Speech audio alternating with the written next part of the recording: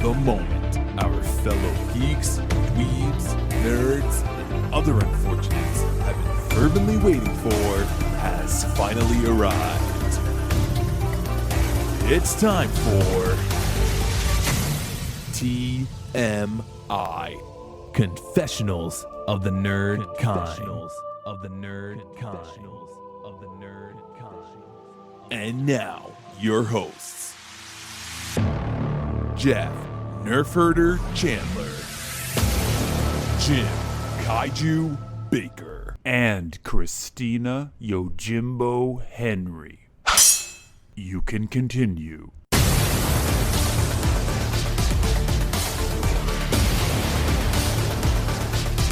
And now, let's get on with the show. Here is TMI. I accepted. Yes, we've all agreed to be here. Yes, and to have ourselves recorded for posterity. Mm-hmm. So one day people can listen to this. One day. One day. One day somebody will listen. I'm going to have to transfer all these to physical media so we can put them in a time capsule so somebody can actually dig them up. So you can make it Physical media, I vinyl, was so gonna there'll be a say. huge vinyl library, just like should. in Evil Dead. Yeah. Evil Dead Rise. Mhm. We Do should. not play this vinyl record, There you whatever go. you do. Well, I have to play it now. I suggest you put them on like old zip drives. That'll stand. Hey, I still have a CD burner, so they might just go on CDs. Who knows? It's funny, like, you can have the CD burner, but then like half the computers don't even have a CD drive on them. Like No. laptops. Yeah. Exactly. Don't I even mean, have I'm a still CD I'm drive. still working off my tower, which has a CD drive in it. But, The first one that's getting burned, Condor Man. that's the one that's going to Yeah. stand the test of time. Yeah. Yeah, sure. Yeah. I'll tell you, I have all my projects I worked on over the years on CDs, and I'm like, I might as well just throw these things away. I'm never going to look at them again. They're just taking up space.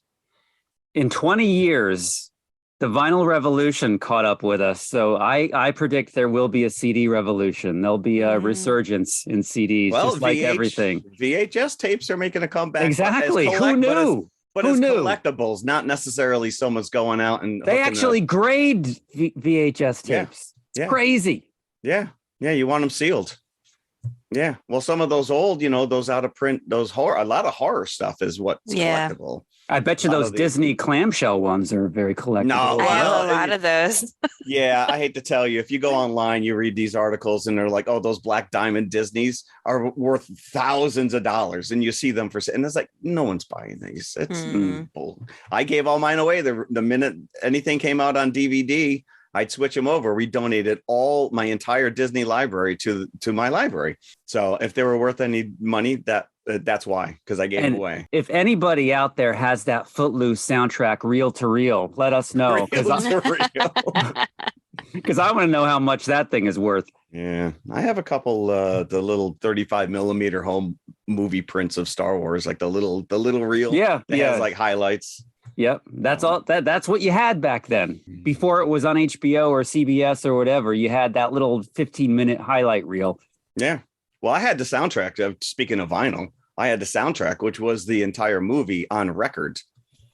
It was the dialogue and everything. From the film or narrated? Yeah. No. It was the entire film. Yeah, it's the record with R2 and 3PO on the front. I'll tell you exactly when you had to switch it over is when the Millennium Falcon gets sucked into the Death Star, and that the music's dun, dun, dun, dun. You had to flip it over to the B-side to listen to the rest of the movie. I had Empire Strikes Back. Yeah. On a 45. Oh. And so it wasn't the whole movie, obviously, because it was a 45 size. Right. It was like abridged, but it came with a booklet. Yep. Where you could look at all the books. And then I also had that for Return of the Jedi, but it was a cassette. Oh, the cassette. Uh-huh. And I notice that we skipped right over the cassettes. They never really made a big comeback. They tried. For a few record store days, I noticed that some record companies were putting out special edition cassettes of certain releases, but I don't think it ever caught on. They tried to do it. They tried, but it didn't quite work. Huh. I had a tag sale years ago, and I had 3 or 4 cases full, and someone came and just bought them all. But I'm just assuming he probably burned them onto a CD. Probably. Now they're in a landfill somewhere. Yeah, with those ET cartridges. And the rest of the Disney clamshell cases that with the highly sought after penis spire on the back of Little Mermaid. You know, is that a thing? Is that This It is is a another thing. urban legend. No, I mean, well, the urban legend this is that is the like- artist was fired because it does look like a penis. I'm sorry, you look at it, Sure, but it also looks like someone's being hung in Wizard of Oz and it was a bird. it is a bird. But that wasn't until we got everything on DVD in high resolution that was like debunked. You watch it on VHS, you're like, yeah, that looks like a little guy getting hanged back but there. to be fair, there's more to that than there is probably 90% of the urban legends out there. So there's at least visual, not exactly proof, but enticement. We Those are all should do scary. an episode on urban legends and try to watch a movie that is based on an urban legend. There has to be a do it. movie called Urban Legend. There is. There is. There has I to think- be. I Oh, we think already it's- watched Candyman. Well, Candyman was a made up. He wasn't a real. It's urban a legend. made up urban Okay, legend, but fair yeah. But I mean, But yeah. literally called Urban Legends. Yes, there somebody is. has to have I done think that. there's like 3. It's like a franchise. I think it's a series. Yeah. Yeah, like a PG, like a like a Final Destination type. yes, thing. correct. Oh, so I'm sure the Yeah. quality is But through you know the roof. what? on- You're already judging it. It's been a long time since I've seen the movie and even longer since I read the book, but isn't the plot of I Know What You Did Last Summer partially based on an urban legend? yeah, the guy with the hook for a hand. And Yeah. Yeah. So that was a huge part of everybody's childhood, right? Everybody heard that story. Oh, I heard the story. I didn't see the movie. Mhm. Yes. You didn't see the movie or read I the have. book? I have seen the movie years Mm. ago. So these days, if somebody around the campfire is starting to tell that, you could be like, "Oh, saw the movie. You don't Saw need the to go movie. any Yeah. further." Yeah. Yeah, you wonder what exists now, urban legend wise, in this. Well, it's Generations, yeah. things that end up on the internet, right? Things like Slender Man, things that people that's make true. up. Yeah, you're right. Slender And Man then is it big. becomes an urban legend. Slender Man was something a guy created. He literally created it as a fiction, right, and now he exists. and it now exists as an urban legend, and in fact, quite scarily inspired an attempted murder. Yeah, I mean, I think there would be Impressionable kids. some very fertile territory for a movie discussion. All right, we should. So we talk should it- think about that. as long That'd as be a we great have thing to do in the summer. That's right. Maybe we have a scene where Mikey eats some pop rocks and his head blows up. Mhm. That has to exist in one Oh, of those urban legend movies. Yeah. Oh, I'm sure the names are changed to protect the You mean his name's not Mikey? famous. Yeah. Hey, he's a little kid. You'd confuse him if you give him a fake name. So his name probably was Mikey. Who knows? There you go. Probably. No, his name is John Gilchrist. You just outed him. Is he a business associate of yours? No, he's not. That's just random information I had. in my Okay. head. just tucked away. His Just name- waiting for the right moment. His Hold on, name is last week would have Mr. been the John perfect- Gilchrist. Last week would have been the perfect time to drop Yeah. that, by the way, during the Pop Rocks discussion. I guess nobody asked specifically what his name was. And No. yeah, Okay. Fair enough. We have I been have schooled. some really random information in my head. Yeah, that we just also heard. emerged. Yeah, you just popped that one out of nowhere. I don't know. Yes, indeed. So, what do we talk about this week? Mm. It's an animated week. Oh, it is animated. That's actually my headline. Yeah, our My conversation Instagram. is already animated, so it just goes with the How can it- territory How this can it week. not be with these two movies? I know this is not a dud of a week here. I know. We gotta wash the filth out of last week. We gotta get rid of that. So yeah, this is wow. Do we just show our hands now? Do you want to announce it, Jim, or do you want me to? Across the Spider-Verse is number one. Spider-Man. So what is our backup feature or our second feature today? Is Belle, directed by Mamoru Hosoda. And there you have it. Wow. So before we get into it, do we have any news? We do have a little bit of news. One of the things, Jim, we need to start a new segment, and I'm going to be leaning to you. We need a George Lazenby update. Is he alive or is he not? Well, I have been checking the Googles and other search engines, and for a day, on Google at least, if you searched his name, he was showing a birth date and a death date. How does this happen? I don't know. This is how urban legends start. By the way. So Yeah. because Full of this, circle on this. I don't know what happened first, the chicken or the egg in this case, but I think because of this, Twitter started to, I follow a bunch of James Bond fan accounts. I started to see all these posts, rest in peace, George Lazenby, and, his picture over and over and over again. And then suddenly, hours later, the death date was removed from Google without any fanfare. I couldn't find an article anywhere saying, if he's dead, if he's alive, why there was a death date on Google. But as of the last time I checked, he is apparently alive. There was only a birth date by his bio. That's bizarre. It is bizarre. But you know what? I think I would want to see that before I die. Like, I want to see the accolades come in. Don't wait until he's dead. Love him. This is a very outspoken and bawdy individual. So I wouldn't put it past him. I met him. I know. I've heard the story. I wish I knew what episode that was that you told. He's a very interesting character. Let me just say that. And as far as we know, still alive. Happy to report that. Okay. By all accounts, as of today, George Lazenby is still alive. Okay, that's fantastic news. We want to just make sure we'll update. We'll keep every week. He's still alive, until he's not. Speaking of which, do you recognize this name at all, Jim? Hossein Khosrow, the Iron Sheik, Vaziri. Yeah, the Iron Sheik. Yes, Iranian American professional wrestler. I saw he won the WWF championship in 83. Of course. But he was a bad guy, right? He was a bad guy? He was a bad guy, but he set the stage for Hulk Hogan because Hulk Hogan beat him, and then he was champion, of course, throughout the rest of the 80s, give or take. I also saw that he was an actor, but I don't know what he was. He starred in that Goonies Are Good Enough video with Cyndi Lauper. Get out of here. Yeah. What was he doing in there? He was just yelling at everybody, just like Lou Albano and every other wrestler that was in one of Cyndi Lauper's videos. I guess I missed that. But Jeff, they're all actors. That's that the is beauty true. of the craft. Okay, fair enough. So, anyways, I didn't write down his age, but I'm gonna have to assume he was up there. He was in his 80s. I don't know specifically what age he was, but he was in. He was like to me that was like kind of first generation WWF. Where, I mean, I lived with a family and the two boys were so into this. And so every week he was always large and out there. He wasn't a fake ethnicity. He was actually an Iranian wrestler. Yeah. And he competed in the Olympics in the early 70s. And so he had some credibility. But of course, in the 80s, he played up the villain role. And he had a huge, memorable feud with not only Hulk Hogan, but with Sergeant Slaughter, who later joined G.I. Joe. Right? Yeah. Who would have thought that was a launching pad? Right. WWF for. So rest in peace, Iron Sheik. He unfortunately is not with us anymore. Yes, that is correct. The only other news item I have, which I guess coming off the success of Super Mario Brothers movie, Aaron Horvath and Michael Jelenic are now tasked with writing a Flintstones movie. Okay. Now that's.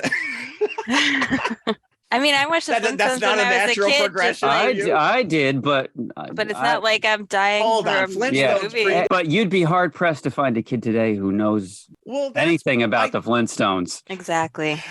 That just seems odd. Yeah, I mean, so the show itself, which was the first primetime animated series on network television, ran from 60 to 66, well, a year before I was born. I mean, we all grew up with them in reruns, and we had those John Goodman live action movies in the 90s, but there really, as far as I know, there really hasn't been any movement with these characters. Like it used to be when you were a kid, you saw things from previous generations because you only had regular broadcast TV and you would watch reruns.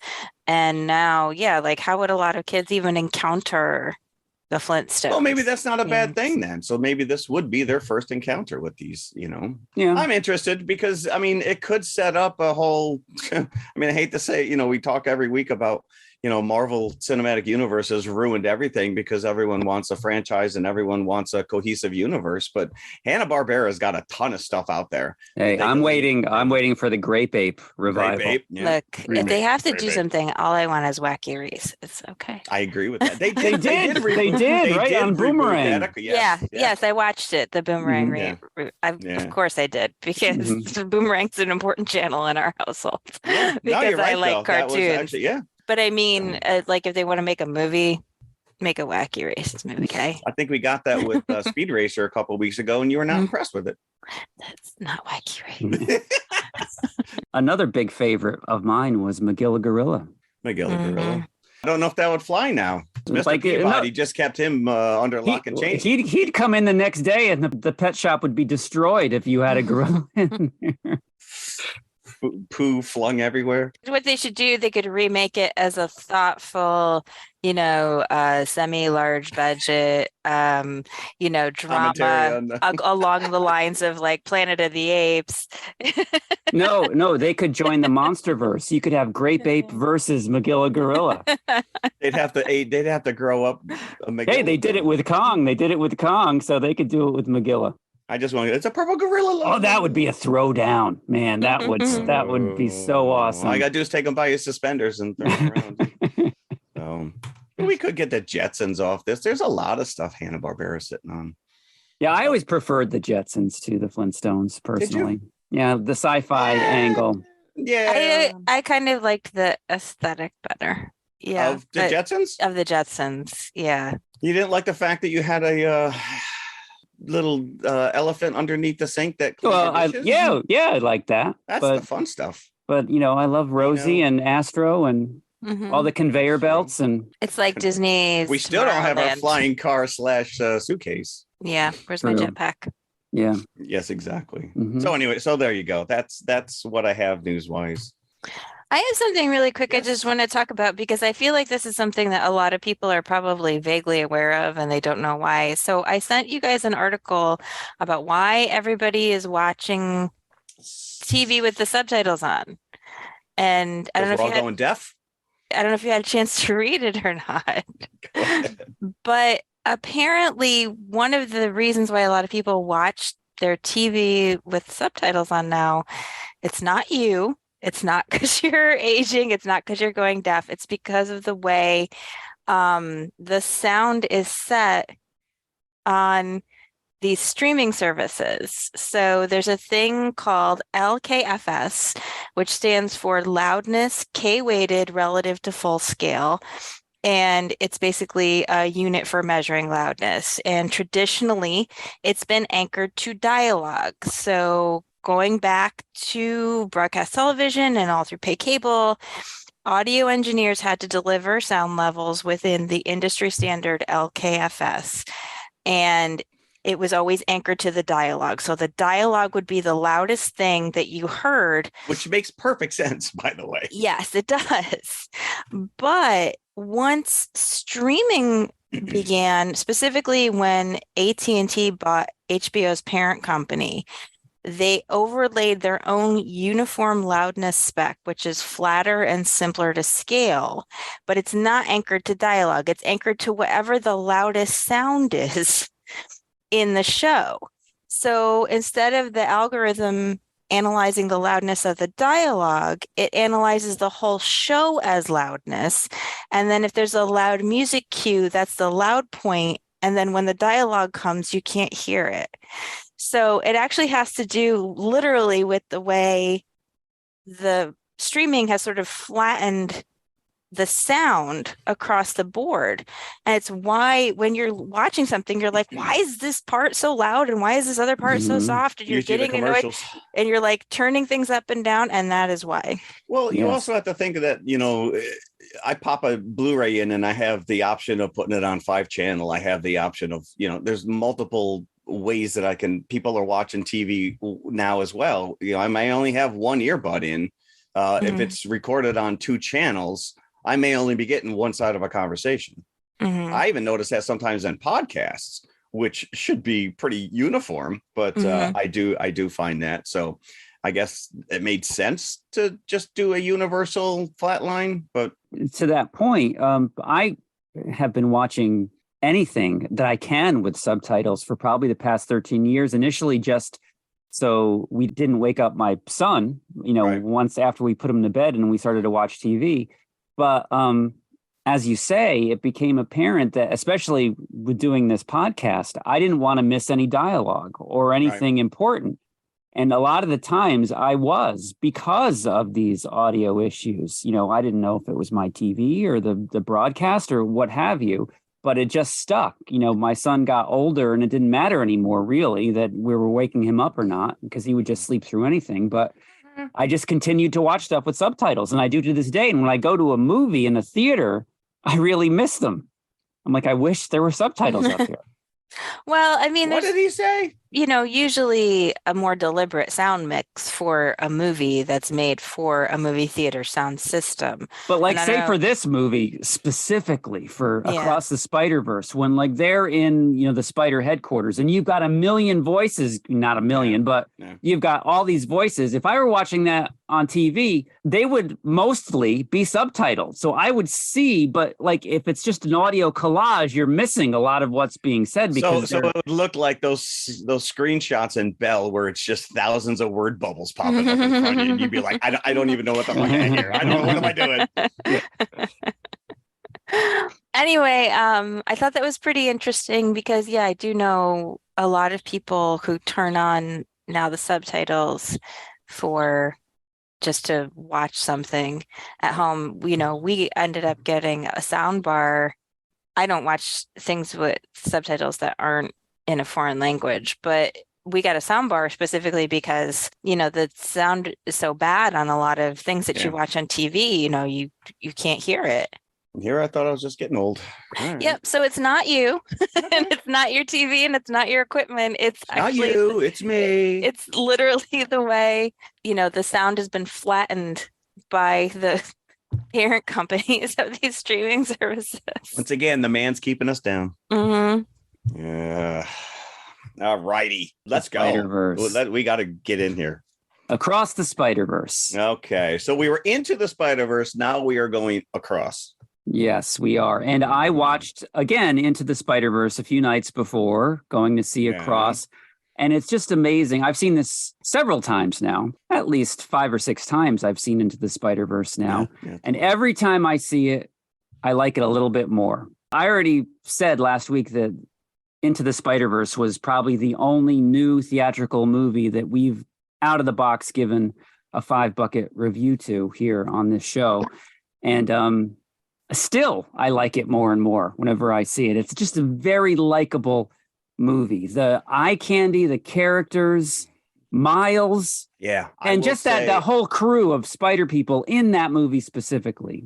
Spider Noir, Spider Ham. It's who we don't get in this one, by the way. You do, but in they don't say anything. You see him at the very end. Not to ruin it. Oh, spoilers! We are going to spoil this. If you have not seen this movie, stop right now and go watch it.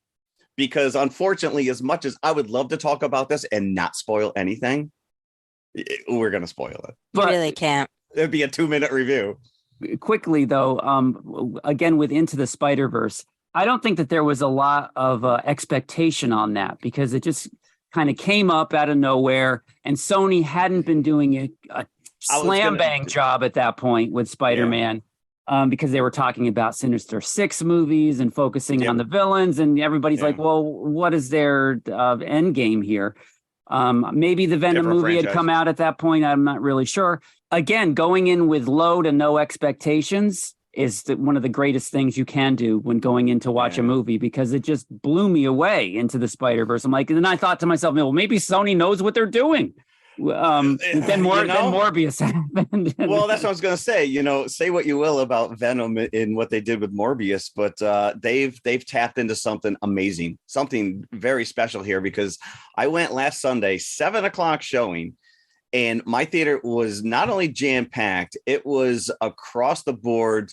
The demographics were, you name it, they were there. And there were a lot of kids. And I have to say that Miles Morales is touching a nerve. People are responding to this character, and if you thought there was no expectations with Into the Spider-Verse, there were a lot of expectations. Yeah, with that's this one. so maybe to its detriment, because then you're expecting an experience on the level of the first one. So are you going to tell me right now you didn't?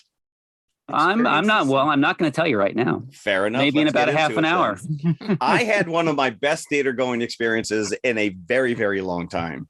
I went with my son and 4 of his friends and my buddy. So there were 6 of us. This theater was jam-packed, as I mentioned, and people were so into this movie. There was a gentleman behind me who was losing his mind every time another cameo. And this thing is just the Easter eggs that are thrown at you are fast and furious, and this guy's screaming behind me. He's playing the Spider-Man video game. Oh, look, that's the N16. This guy was going up. At the end of the movie, I said, dude, I want to see every movie with you. There are so many Easter eggs that I think that it almost feels like everybody in the theater is going to be able to recognize one thing that the other guy next to them is not, I want to talk really quickly because some of these things that are referenced in the movie, I actually got some information on before the movie because I went to the Alamo and they had a bunch of things that I actually want to talk to you guys about, but as part of the pre-show, but they also did spider profiles. So they profiled a bunch of the characters that were more significant. Really? Like their comics history. Interesting. And so they talked about Ben Reilly, they talked about Spider-Woman, they talked about Spider-Man India, they talked about a bunch of stuff. So it was actually kind of nice because they showed their history in the comics before the movies. So if you went to the Alamo, you had a little bit of a point of reference, which was kind of nice.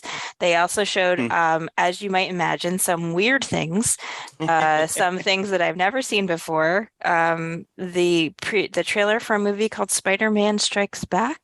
Was this a foreign movie? Familiar with this? It appears to be a movie made in America. Please go and look for the trailer. Strikes Back. Is it a theatrical version of the CBS TV series or something different than that? It was something I'd never seen before. What year are we talking? Are we talking like 70s? It looked 80s? like it was 70s, maybe early 80s at the latest. I was like, what on earth could have been a made-for-TV movie with Nicholas Hammond?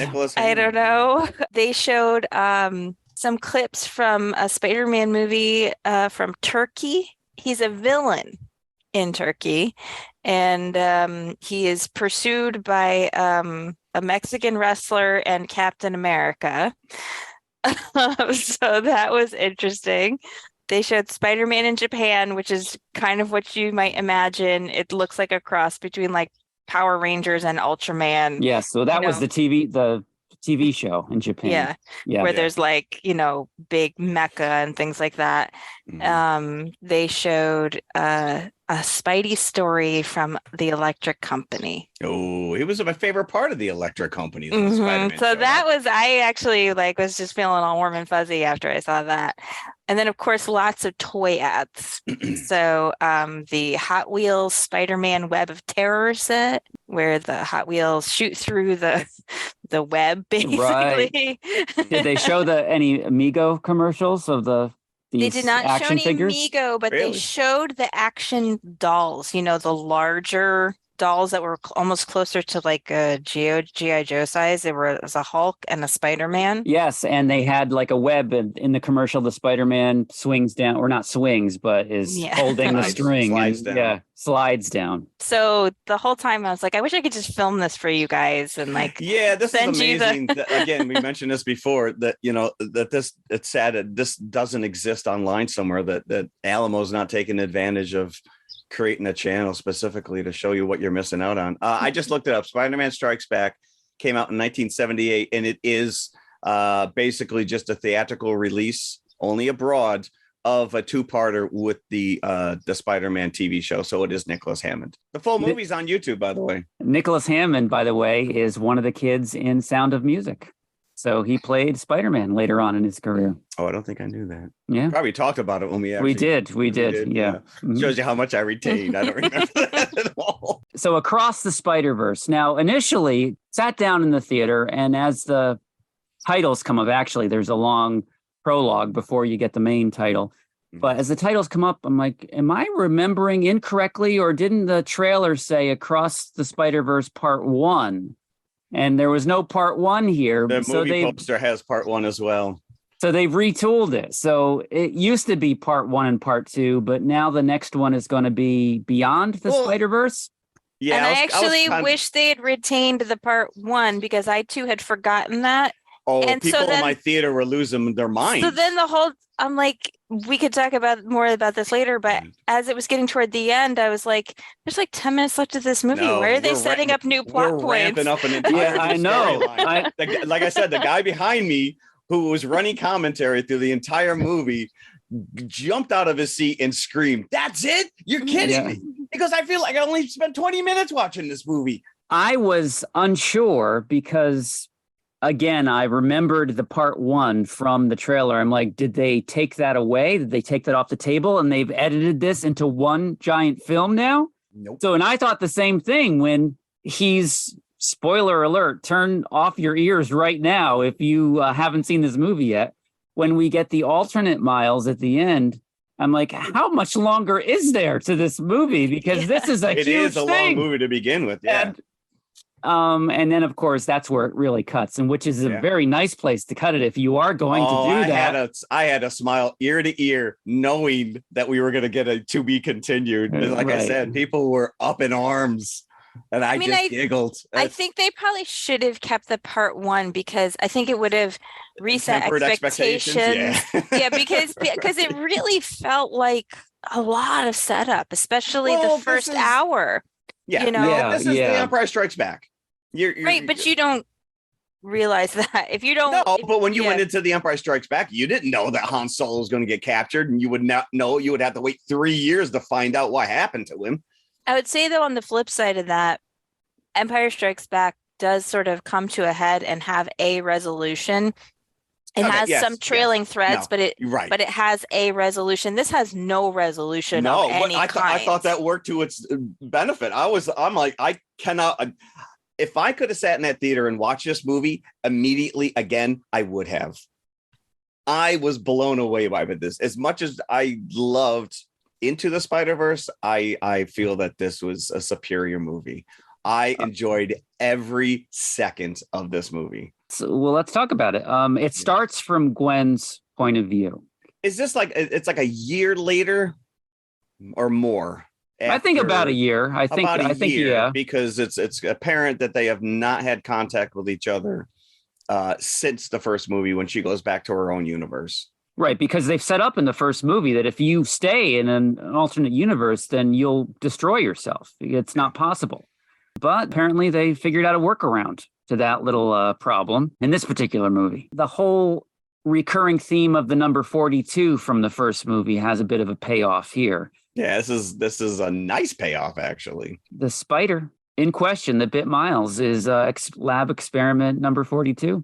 He's right next to Stitch in his cage there. Yeah.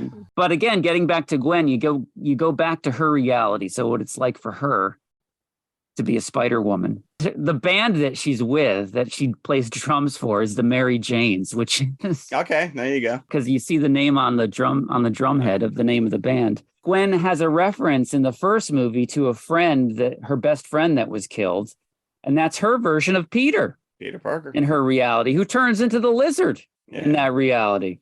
So a lot of this stuff I wasn't familiar with from comics, so I don't know which stuff was comics accurate or not, but I loved it. This whole detour that they take with Miles and the revelation, the realization of who and what he really is not comic book canon. This is they are playing fast and loose. So if you read these, but yeah, Gwen came long after I stopped reading comics. My knowledge of Gwen is mostly from the first movie. I just want to say as a side note, because my son played the PlayStation game, including the Miles Morales special. There was like a special version with Miles, and there is a completely different canon story in that too. Yeah, we see Gwen. We realize that her Peter Parker is killed. Her dad blames Spider-Woman, who that's her. Right. That's a parallel with the story that we know already with Gwen's dad and Spider-Man, but he's actually at odds with his own daughter unknowingly. And then you get that whole action piece with the Vulture. Gorgeous. Each of these characters a great has sequence. their own look, and looks like he's he's like Leonardo da Vinci. Basically, he came right off the page. So they have a fight with this really arcane looking, really cool looking Vulture in this museum. And that's when we get introduced in this film anyway to Spider-Man 2099 and Spider-Woman. Yeah, Jessica. We got a taste of him at the end of Into the Spider-Verse, if you stuck around after the credits. But he's kind of a policeman through the different spider realities.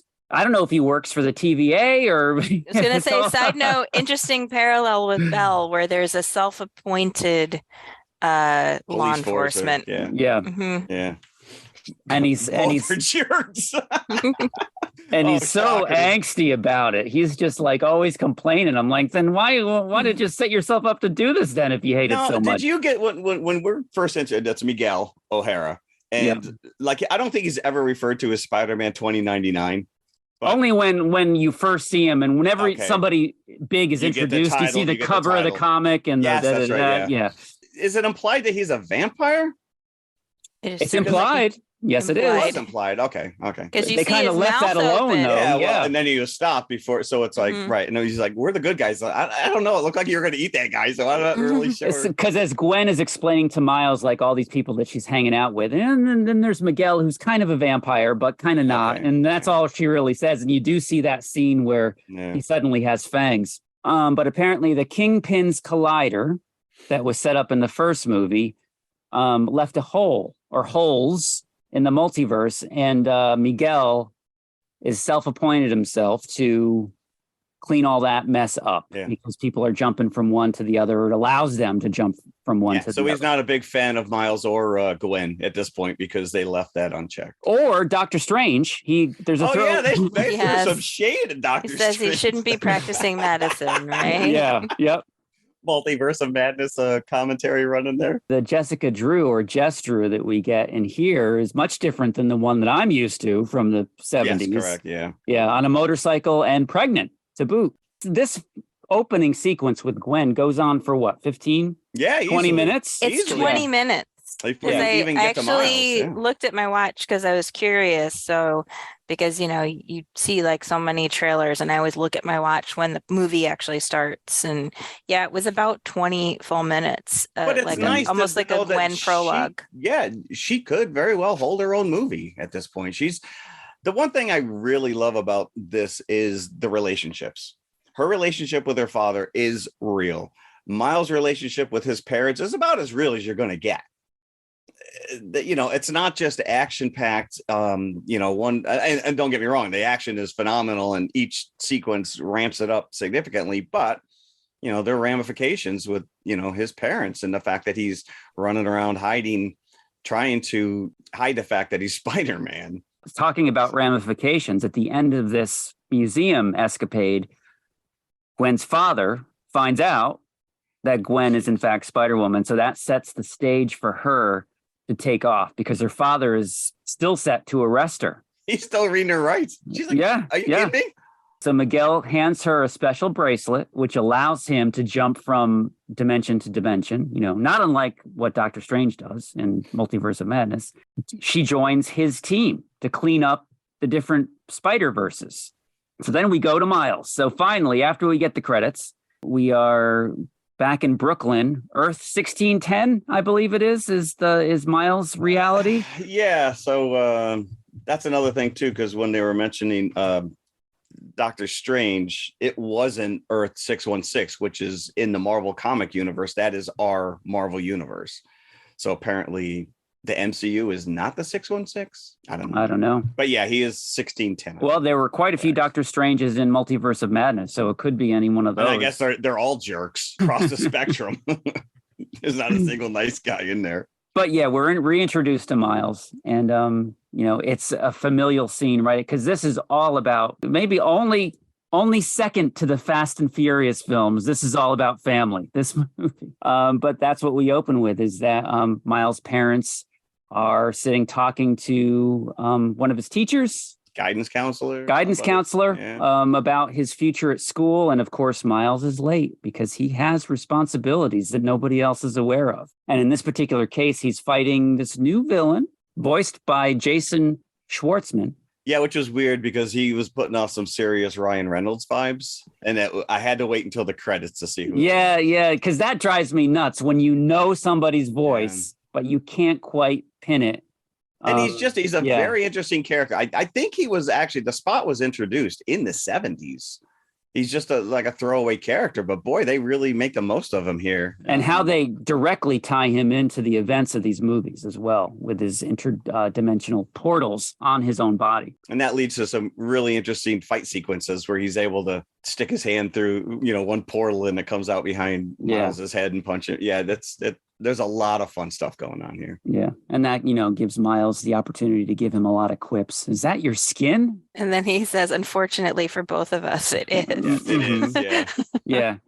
And the Spot, he is a lab tech or something from the first movie that you're never really introduced to. Yeah, I was going to say, they kind of retconned that a little bit because I haven't seen the movie again, so I don't know if he is there. I watched it recently and I didn't remember the character.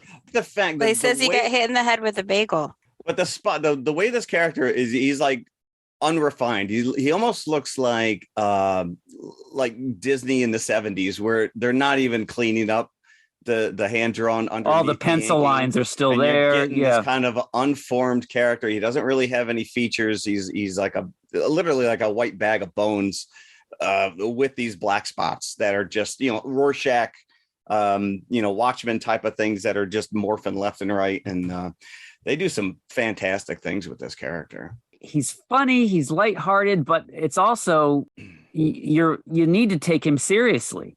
Because I don't think you do at first, because he's such a when you first introduce him, he's just trying to steal money out of the ATM.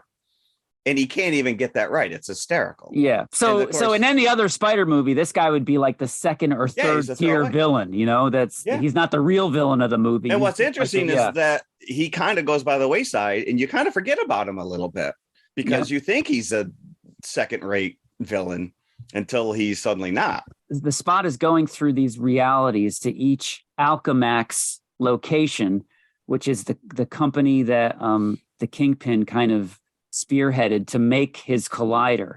So he's taking bits and pieces from each reality from this company to make himself more powerful. And Miguel and his team of spider people that jump from reality to reality as policemen are chasing after the Spot. And this is how Gwen comes back to visit Miles, because it's not only is she coming back to this reality to visit Miles, but unbeknownst to him, she's also tracking the Spot. Yeah, and she's hiding that from him. Yeah, she doesn't really do her job that well because she's like, he's going to the building. Yeah, I mean, they gave her that reluctantly to let her join, and she immediately abuses it. And there's a good reason we didn't want you to have this technology.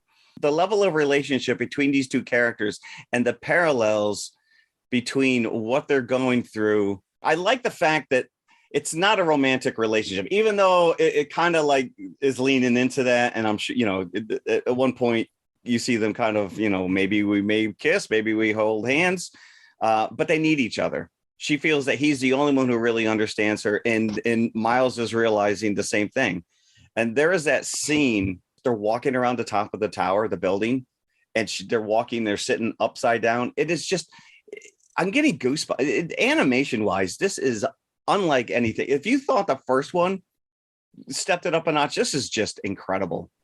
I think what makes this series unique is that they're not afraid to mix animation styles. Oh, and when we get into it with Spider-Punk, because we had a little bit of that in the first one, but this really ramps it up. Yeah, they're not afraid to have like animation that doesn't look exactly like the other animation on because screen. They're coming from different worlds. Listen, the two biggest laughs that happened in my theaters when they went to Lego World Mhm. And when Ben Reilly shows up and he's old school, 1990s Rob Liefeld's, big muscles, and he's like, Yep. I got my muscles are so big. Look at me. I can look at that wall, and then I'm going to look at that wall. There's nothing there. Even if you didn't read those books, and I know, Jim, that was probably right around that spider clone storyline. It was probably right around the time you were reading the Spider-Man book. But every character in the 90s really looked huge. They all look like the Todd McFarlane Venom. Yeah. That was really the template, I think, that established that look like for like the next 5 or 6 years. Yeah, for better or for worse, that's what the 90s were. Miles throughout this movie is tortured. Do I tell my parents or don't I? Because they're continuously disappointed with him because he's late for his father's party because he's getting a promotion. And he's got the cakes and he's trying to get there. Yeah, this to me is, Peter delivering the pizzas in the first Spider-Man movie with Tobey Maguire. This is the one thing I will say. As a kid growing up reading Spider-Man, you related to him, but over the years, as you get older, you can't relate to a kid in high school anymore. And so that's why Peter Parker grew up and he went to college and now he's a professor. And that's why Marvel reset everything with the Ultimate Universe in the 2000s, where they reset everything. And Peter's young again, but he's a kid in the 2000s. And again, like I just said, this, for whatever reason, this character Miles is really just hitting it across the board. People are relating to this character. I had little kids in costumes. I had, grown adults in t-shirts. When I got into my theater, there's a guy dressed as Spider-Man taking pictures with people. I mean, this movie makes me love comic books again. As a kid growing up, I read comics. I loved comic books. They were my universe. I mean, I lived and breathed that stuff. And then as I got older, they just sit in boxes. They got too expensive. Most comic books are not made for kids anymore. It's $5 a book. What kid's buying this book? So, I mean, I sold most of my stuff. I collect comic books, high-end comic books, but I don't read them. This makes me want to read a comic book. It almost was like watching this. The animation was so good. It was like watching, it was almost better than reality, what I was watching. It actually was better than reality. I'd rather watch this and look out the window. True. The party scene where because Miles has a lot of heart-to-hearts here with his parents and his mother especially. They meet Gwen, which is a crazy scene, and they're all, suspicious of Gwen. Like, where does this girl come from? Well, but I also think that because they didn't know what he was up to, and they knew he was lying. And then all of a sudden the girl shows up and they're like, oh, okay, maybe this is what's going on. And mom was like, well, maybe this is not a bad thing. I mean, and this is the scene where Gwen tells him, every reality, I've been going through various realities. Every reality, this does not end well. Yeah, and but so by telling his parents. Is that what you're playing? No, meaning him and Gwen, or Spider-Man and Gwen, or Gwen and Peter, or their relationship is doomed to failure, judging from what she sees in the various other realities. So then she leaves. His mom, especially, I think, sees that and sees how that's affecting him, and basically tells him to go after her. Like, we've just grounded you for 3 months. Yeah. Right.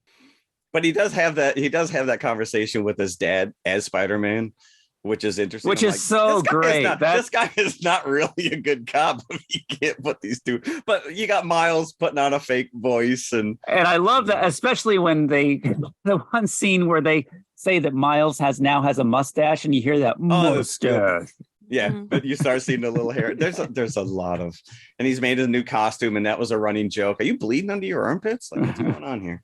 Fast forward into this, we get into the meat of the story, of the multi-dimensional story.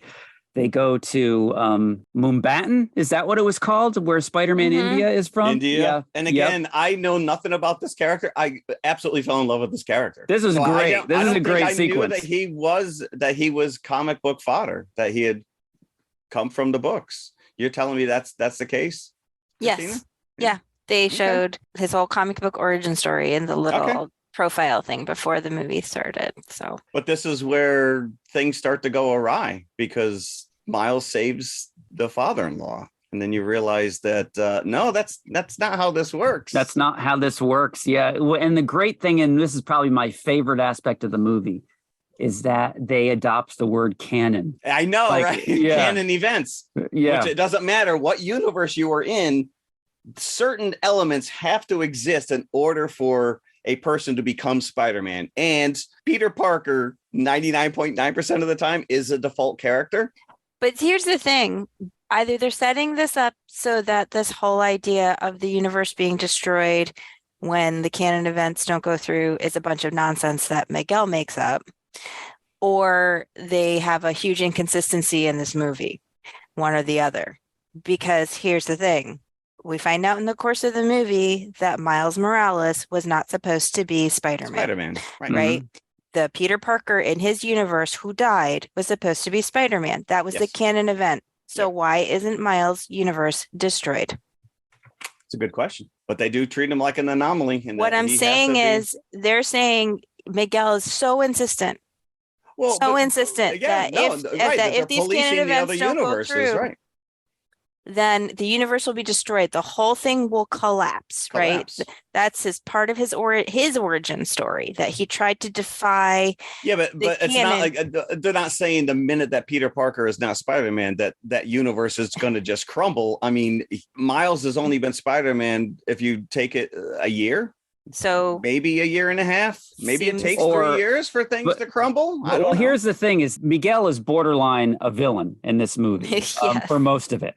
So he has a very large. But he thinks he's doing the right thing. He does, which, most bad guys do, right?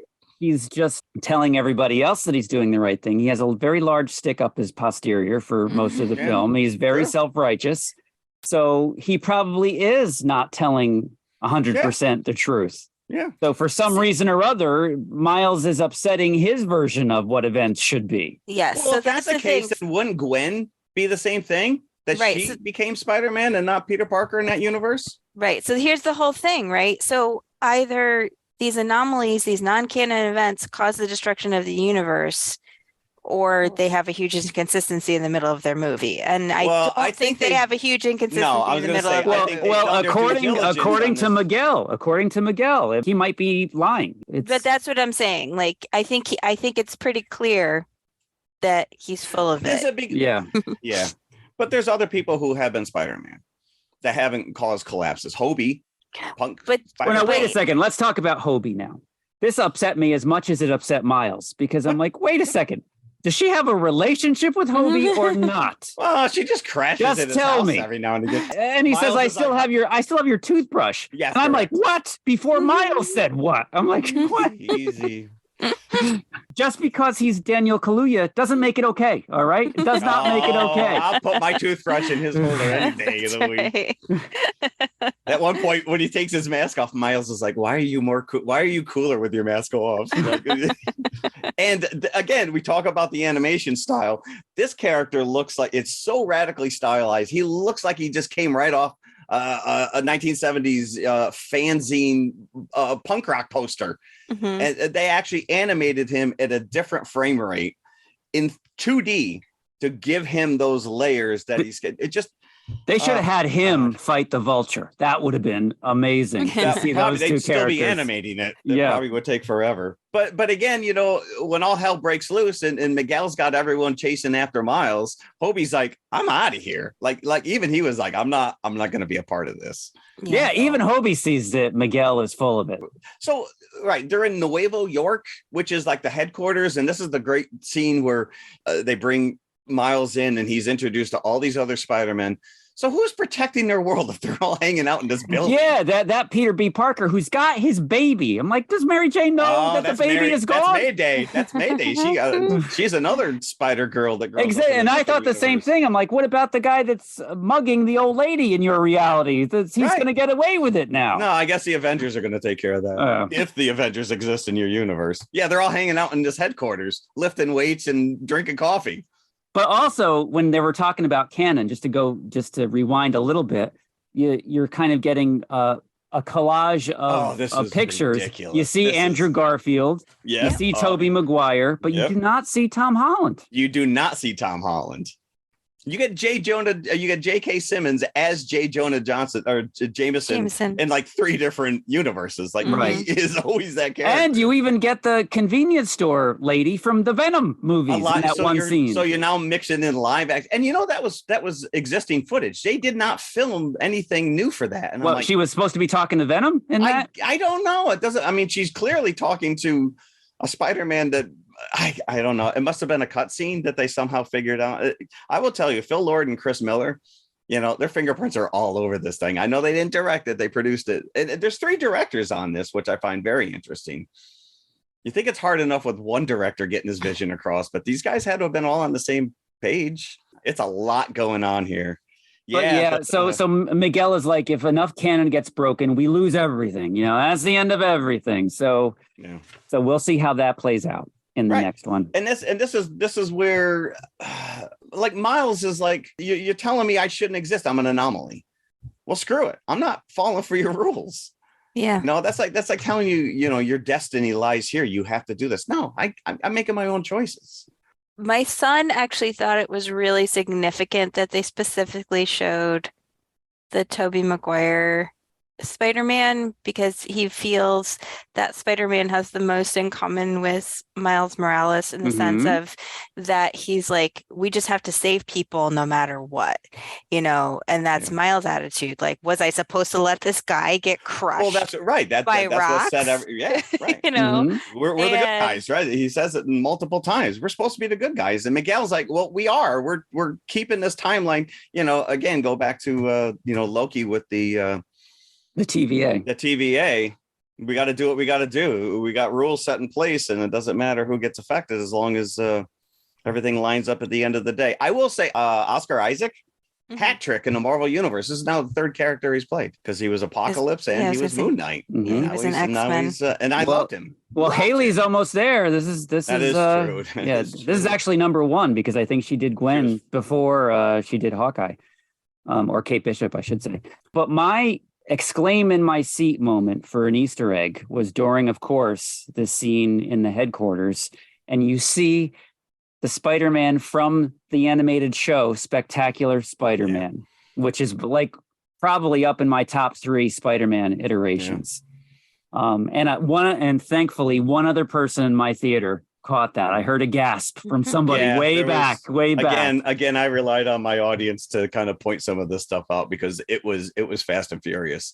There was blink and you'll miss them. When it comes out on video, people are going to be pausing, like, look at this. Yeah, just to let you know, 280 unique Spider-Men in this movie. And then Donald Glover we get as the Prowler since he played the character in Homecoming. This was such a deep cut, and when I saw him, I laughed because I know that, leading up to this, that he was pushing for a live action Miles Morales and he actually wanted to play Miles at one point or Spider-Man.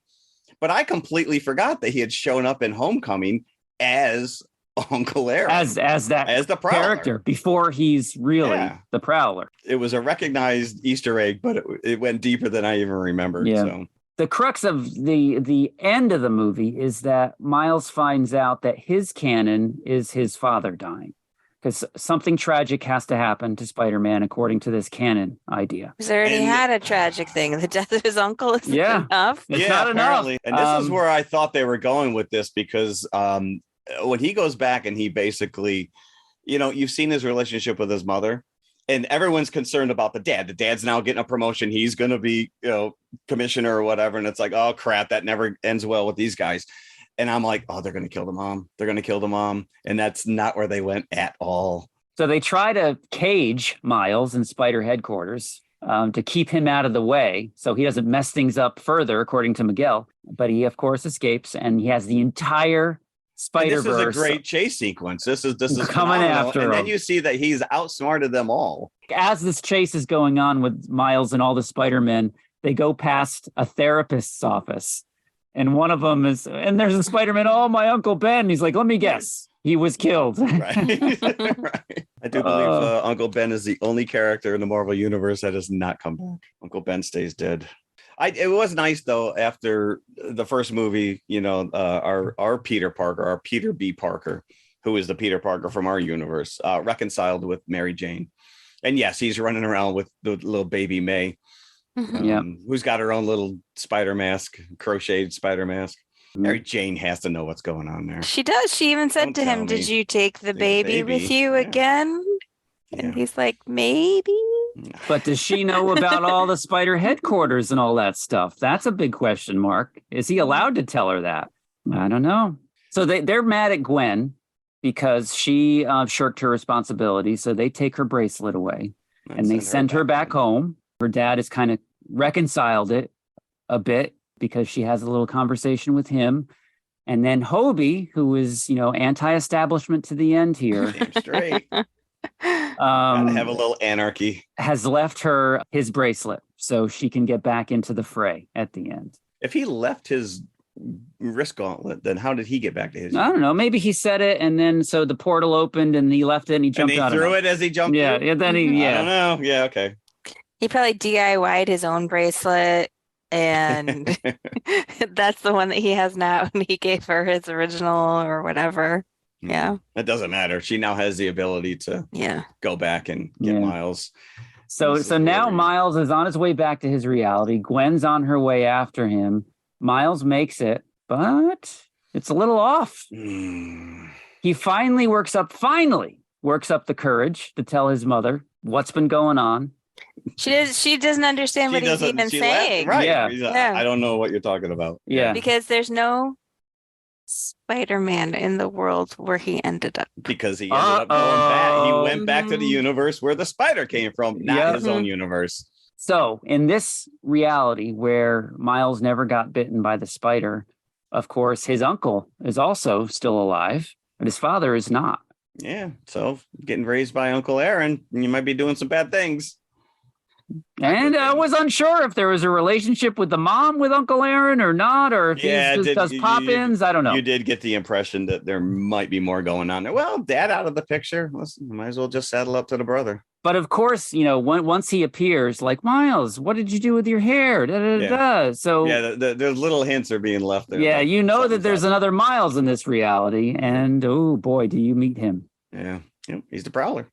So that's how it ends. Our Miles is captured by evil Miles, and Gwen has gotten the old gang back together, meaning Spider Noir, Spider Ham. But did she have Hobie with her as well? There was a couple new ones too. Yeah, there was a couple from the new movie. And the Indian. The whole gang from the first movie, your favorites from this movie, and then the movie ends, to be continued. Yeah. And interestingly, no post-credits.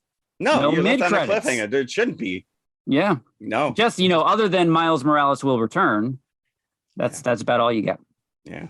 As much as that's going on, I still missed Peter Porker.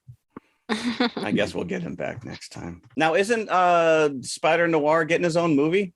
Like, I don't know. I did read that there's going to be a female-led offshoot movie on its own. Well, you got Madam Web is coming out.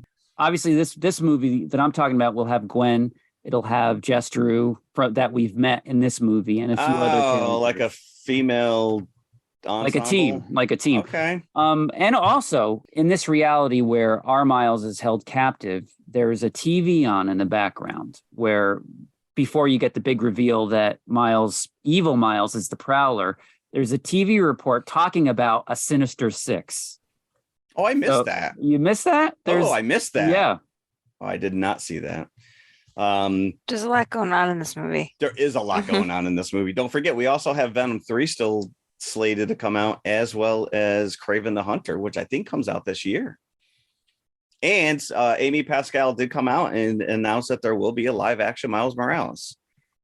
So I hope they don't screw it up. And the filmmakers of this film are adamant that the next movie will be it, that there will be no movies of this ilk, animated Spider-Verse movies after Beyond the Spider-Verse. Set to be released March 29th, 2024. Although I just read an article this morning where they said no comment on whether or not they'll actually meet that deadline.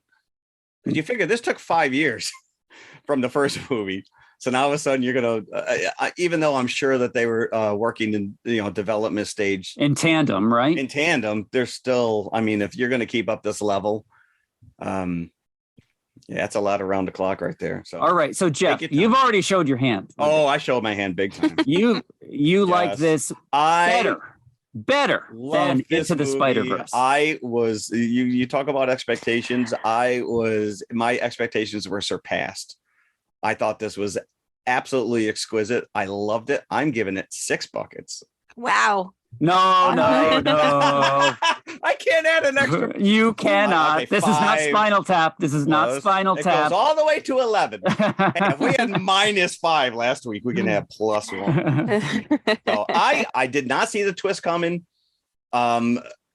Again, not really knowing anything about Miles in the comic book universe, whether they were sticking to the storyline or not. I was completely engrossed. The animation to me is just flabbergasting. It really it's unlike anything.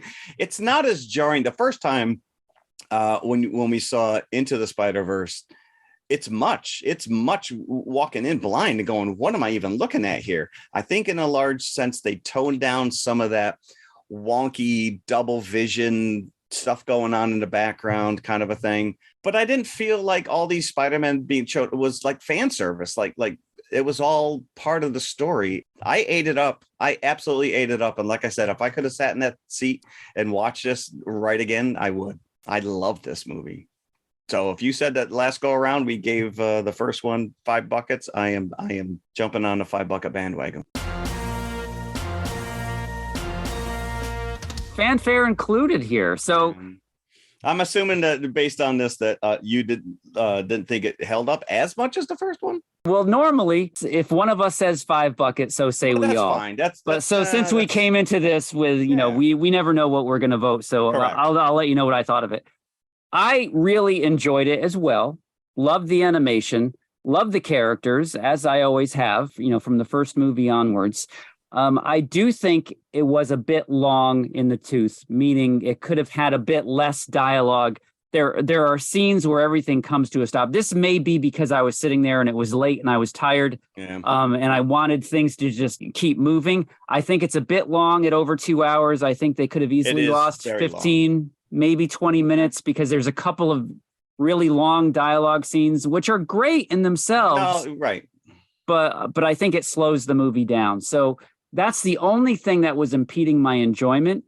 I still hold that first movie very, very highly, and this didn't quite make it there. Not to say that it's not a great movie, because it is, but I still enjoyed the first one better. I'm going to give this 3 3/4. And I'm going to say for roughly the same reasons. I really liked this. I had forgotten about the part 1.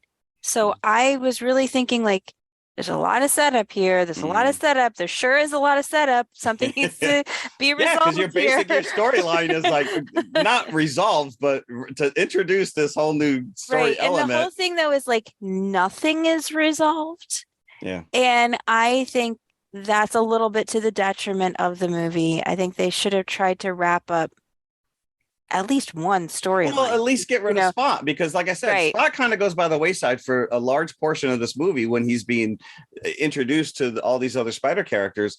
And then he pops up at the end again and you're like, oh yeah, we forgot about him. Right. And like you said, like if you do the apples to apples Empire Strikes Back comparison, Empire Strikes Back does come to I think point where certain things are resolved, and I think it's almost like you go to Jabba's palace and then you cut the black, do that. So this, doesn't have any kind of resolution for any of the storylines. I was on the edge of my seat, and I think that's a little bit to the detriment of this, especially if you're not aware that it's part 1 of 2 and that it's going into another story. Yeah. Now it is jarring. It is. I agree with you. And I agree with Jim. I think they probably could have lost 10, 15 minutes easily. It was a lot. I went to the Alamo, as you know, it's like not super kid friendly. So people don't normally come in with kids there. There was a family with 3 smaller kids, and those kids were getting restless, like notably restless, because like 7-year-olds don't want to hear like heart to hearts about being a teenager. Right. You know what I mean? And I'll go one further about the ending and how it's unresolved.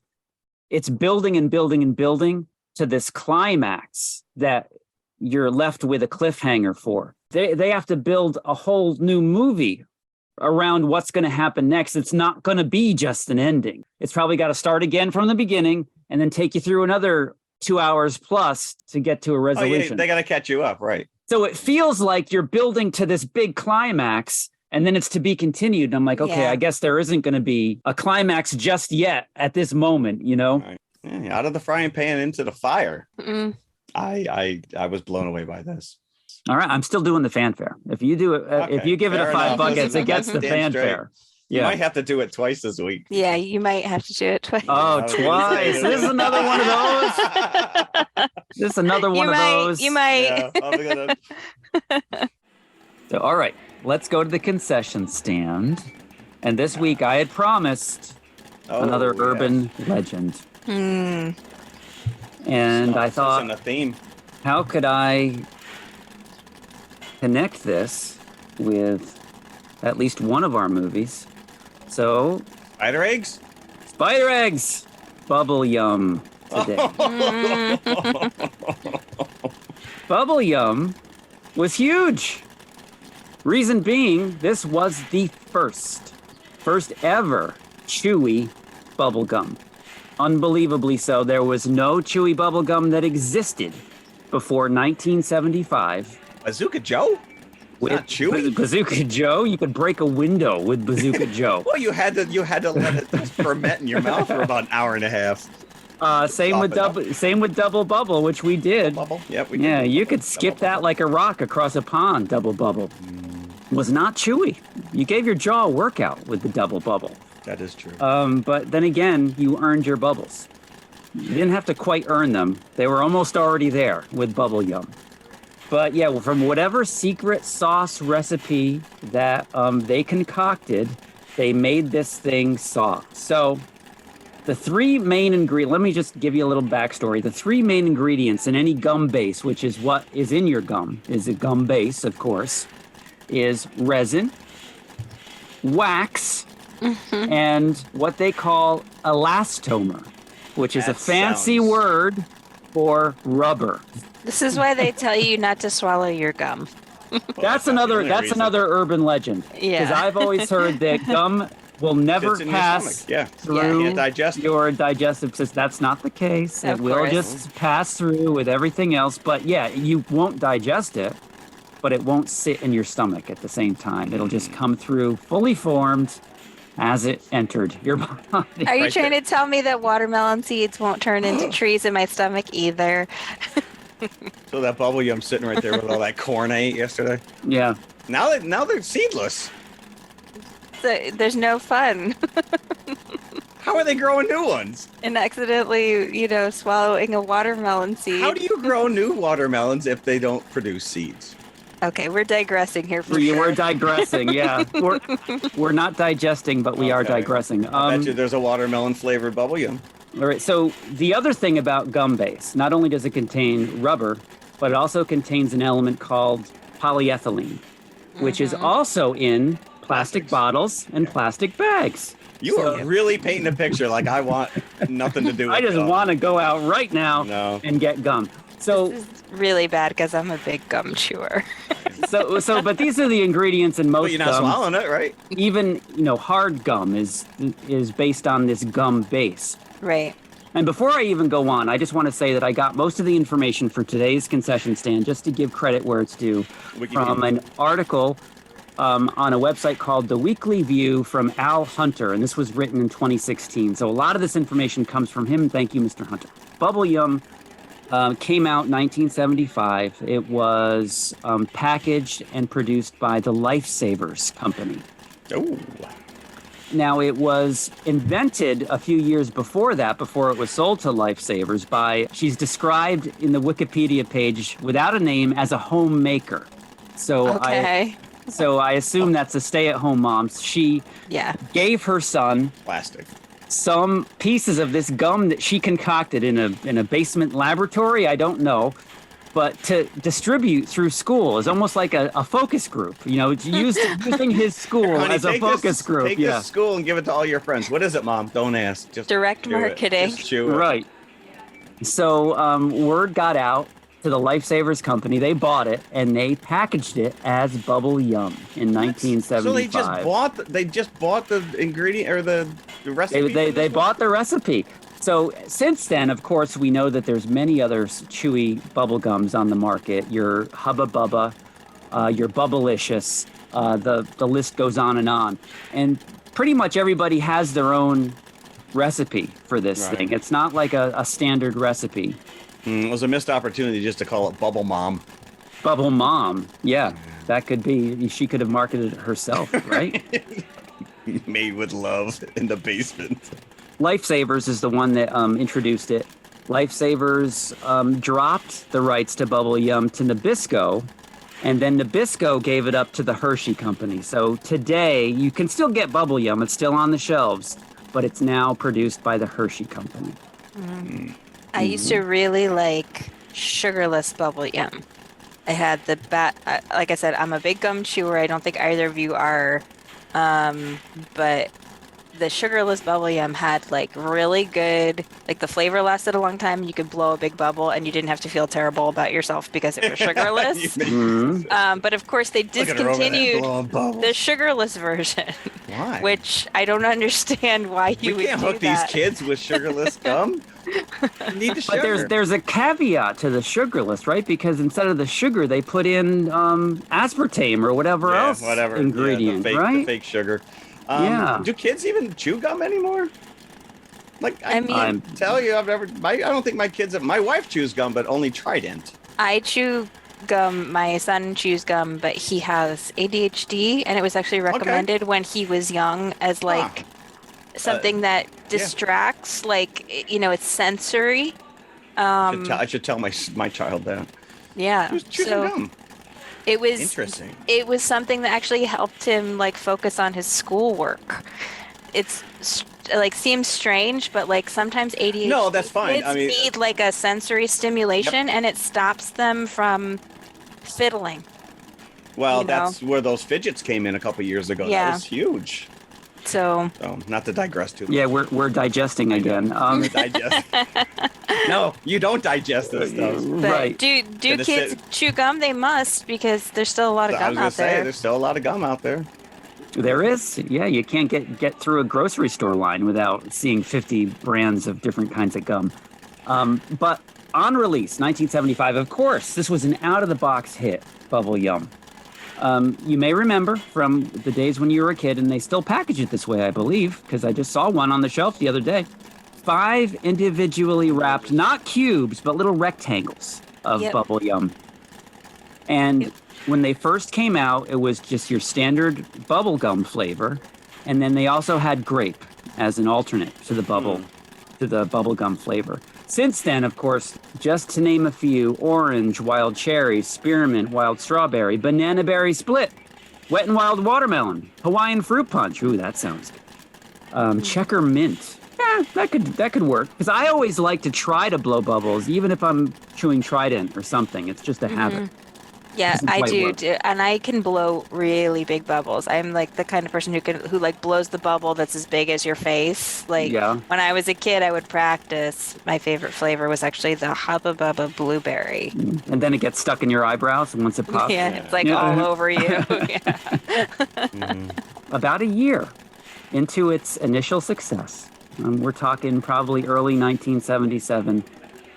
It was duly noted by Lifesavers Company, that sales in New York started to decline sharply. And this was because of the infamous urban legend that Bubble Yum, in order to get its elasticity, contained spider eggs. Now, this makes so much sense to me. Really. It really does. Yep. I don't see how you could not make that leap. So, as we all know, spider eggs, in essence, are very bouncy, chewy, and elastic. You're assuming they're chewy, I hope. I don't know. It sounds like he's got some experience behind this. Yeah. Let me see. I remember this. I remember hearing this in my school. Now that you mention it, I do remember, of course. I remember this and the related story of the girl who chewed the gum and then the spider Spider's eggs sting. ended up in her head. And because of that, when she fell down on the sidewalk, she hit her head and all these spiders came out. Really? So I heard that the girl, it was always a girl. by It's the always way. a girl. It was Yep. always a girl. That she chewed the gum, swallowed it, which you're not supposed to do anyway, because Right. it stays in your system forever. Swallowed it, gave birth to the spiders in her stomach, and it was like, an alien before alien came out situation where they were coming up out of her mouth and what have you. Yeah, I only So ever what, this heard was the a version where she hit her head and then all these spiders spewed from this cut in her head. So what did you Makes hear, more Jeff? sense. No, I just think of the scene in The Serpent and the Rainbow where the spiders come out of the. Yeah, this is why I don't chew gum, by the way. Because you're afraid of having spiders inside Listen, of you. if it gave me spider powers, if I became like Peter Parker, or maybe I don't need to be spinning webs. But I remember, though, that, after hearing this rumor in school, like the next day or so, somebody brought in a pack of bubble yum. We took a piece and broke it open to inspect it. And yes, there probably still are, little white bits in there, which we immediately identified as spider eggs. But of course, according to this article, those are just granules of sugar. Yeah. The little white bits. I don't Makes know, more sense. Did anybody look into this mom who made this recipe? I have ulterior motives. Do you think maybe she was a witch or? Yeah, Madam Web. So, as I said, this rumor was so inherent, and apparently it was pretty much started in the New York area. I don't know how far it spread, but the New York sales dropped drastically, and drastically enough for the Lifesavers Company to put out full-page ads in various national newspapers. Just like Pop Rocks last week. And the headline of the ad was, "Somebody is telling very bad lies about a very good product." Wow. Now, I never saw this ad as a kid. I just perpetuated the spider egg myth going forward, and I think I switched to Hubba Bubba. Yeah. I mean, but we're perpetuating it right now. who saw like newspaper ads when you were a kid? I know, only- right? Nobody TV read the ads, newspaper. right? Yeah, and I have no memory of going home and discussing with my parents this spider egg situation either. It's like they probably didn't even know. Or they would have just read the newspaper and be like, "What is this all about?" Yeah. Oh, do you know? Because probably in my head, I was like, well, if I told them that, they wouldn't let me chew it anymore. That's And true, I yeah. still want to chew it. And I think probably at the time the spider egg rumor was happening, I mean, I remember seeing a lot of TV ads for Hubba Bubba. I don't know about you. They were just like, probably Saturday like, morning, a lot of hey. Saturday morning cartoons. They Yeah, should have just leaned right into it. They Yeah. should have. Yeah, yeah. Now with more spider eggs. So sales did rebound. I think that they really just had to let the rumor run its course, and then the next generation of kids came through school and it was kind of forgotten. So by the time the 80s kicked in, Bubble Yum had regained some of its credibility. And so sales skyrocketed again. So hence they're still on the shelf as one of the top bubble gums that's out there. So I'm reading this, and it's rumored that part of Bubble Yum's secret softening recipe is lanolin, which is a substance derived from sheep wool, which Yeah. is just as appetizing as I was gonna say I'd rather have the rubber spider eggs. At least the spider That's eggs. I know what I'm actually getting. used in a lot of hand creams, lanolin. Yeah, yeah. Bubble Yum has a spokes character, Floyd D. Duck. And you can still see this character on packages of Bubble Yum to this day. He's a duck. Anthropomorphic, punk-style duck character. How does a duck chew gum? Well, think about it. If you throw I bread, am thinking about it. if you throw bread to I'm a duck, asking the question. well, just Okay, go with it. in your mind's eye, the All right, last all time you threw bread out to a duck, when you see a duck take a piece of bread, it goes and then swallows it, right? Maybe that's why. I don't know. He's doing it all wrong. First of all, he doesn't have lips, so he can't blow a bubble, and he swallowed. What but the yeah. duck is going on? But that's their spokesperson. I don't think I don't know that duck at all. Floyd Look 'em D. up. Duck. And Floyd in D. 1988, before Floyd came into being, they had another spokesperson. In a TV commercial, in a Bubble Yum commercial, appeared a 14-year-old Leonardo DiCaprio Oh, selling Bubble Yum. they should have just renamed the duck Leonardo DiCaprio. So there you have it. Bubble Yum survived Yum. the Spider Egg urban legend and is still available to this What's day. great is that anybody listening goes, I forgot all about that. Now I'm not going to eat bubblegum again. Yeah. We have just brought it back to the masses. All right. Bubble Yum to Belle. Yes. So let's get into our second feature. Christina, please bring us into Belle. Yeah. So you guys know, because we've done as a couple of co-features, some other work by Mamoru Hosoda. And the first movie that we actually reviewed by him was Summer Wars. And I think that, if you saw Summer Wars and you see this, like I said last week, you can see him kind of refining some of his ideas. So I saw this in the movie theater last year.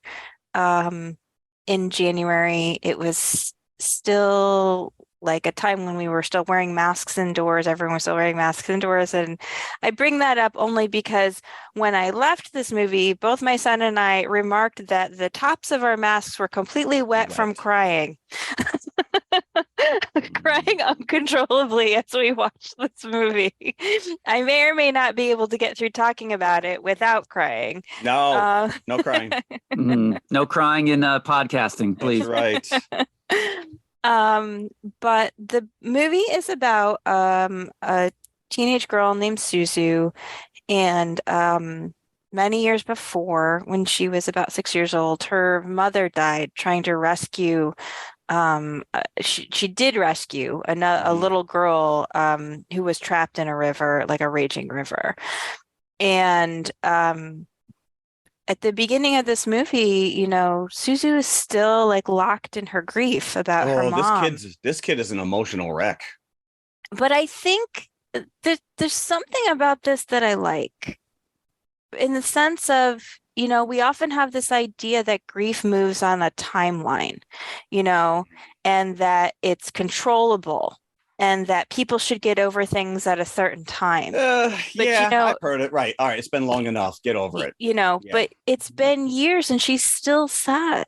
Well, so and I think so. Dad clearly doesn't know how to deal with this, and so he just ignores it. Well, I think actually my perception of it is more that he's letting her come to it in her own time. And it turns out this is actually the right thing for her. Everyone around her, including Shinobu, who's her childhood friend, who's been looking out for her all these years, is just sort of letting her be until she comes out of it. And I really think this is, and including her mother's choir, right? She's a participant in this choir, but she can't sing because she hasn't been able to sing since her mother died. Yeah, I like these characters she can't sing in public. And singing is really important to her. Music and singing were important to her and her relationship with her mother. Yes. And she can't sing where anyone can see her anymore because of this loss of her mother, which is like, just become this ingrained thing inside of her. And her friend Hiro tells her there's this great thing called you should join it. And it's basically where you get to create a new identity. And it's, one of the taglines in the movie is like, you can't start over in real life, but you can start over in you. By pretending you're somebody else. By pretending that you're somebody else. And so Suzu goes into you, which is, sort of like through the magic of movies, right? This is like a system where like it takes your biometric information and whatever you're kind of doing in real life, it sort of can also happen in this virtual world. And she realizes that in this place where she's someone else, that she can sing again. And there's so many things that are happening in this movie. But again, if you've seen Hosada's other films, you see like sort of these trends that pull through. He always is dealing with this questions of identity, of an individual identity, and also of your connection to community. And Suzu doesn't feel connected to people, but she still has a real life community around her that's sort of watching over her. And then you have this community that she connects to in the virtual world. And because Summer Wars was made pre-social media, it was just kind of a virtual world, right? And now post-social media, you can see how social media and social connections online can be good and bad, right? There's a lot of social commentary about social media and the power that it has over. Well, there's literally, as you were talking about with Spider-Verse, and you referenced this movie about all the chatter that you get in text clouds, layered over the other. So it's like that online chatter is literally personified here. And it's overwhelming, and here's a kid who, lives in the shell. First of all, this is gorgeous. This is absolutely gorgeous. And I truly am sad that I did not see this in the theater. It is unlike it's a fantastic pairing with Across the Spider-Verse, because it's like you look at this stuff and you're like I'm literally seeing something that I probably have never seen before be animated. And just Hosada, just like Spider-Verse, they mixed animation styles, and Hosada did that very deliberately, so that when you're in the Belle universe, in it's all 3D, and there's a completely different type of animation. And then when you're in Suzu's real world, it's all hand drawn. It's all 2D. Yes, there's very, very much. My Blu-ray had a making of featurette. So it was really nice to kind of see. I mean, they went to the level of bringing in choreographers and these real world painters, and it's where she lives, and the prefect is an existing place. So there's a lot going on here. Right off the bat, I'm like, you give me space whales, I'm on board. But the weird thing are the space whales her construct? Or did she just find them and we're like, oh, I'm going to ride? No, I'm going to ride this guy. They're the 5 originators or senses behind you.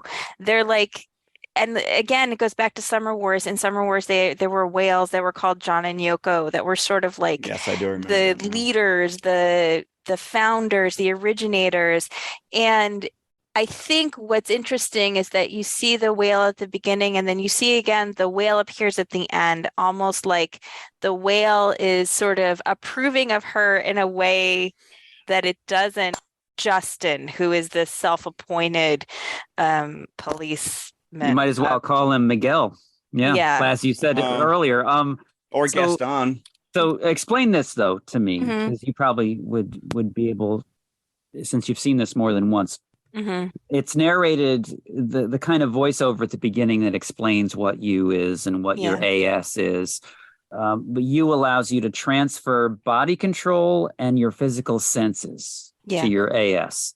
So is she actually singing then in reality? Yes. Okay. So is this kind of like a thing where you have the VR headset and you're moving around? So she's moving around in reality as she's moving so it's not just like it's not just like a Ready Player One thing where it's completely in your mind. I had the same question too, which is when she's in this, when you're in, so this thing has 5 billion people interacting. Right. It's fantastic. Again, visually, it's very robust. It's fantastic.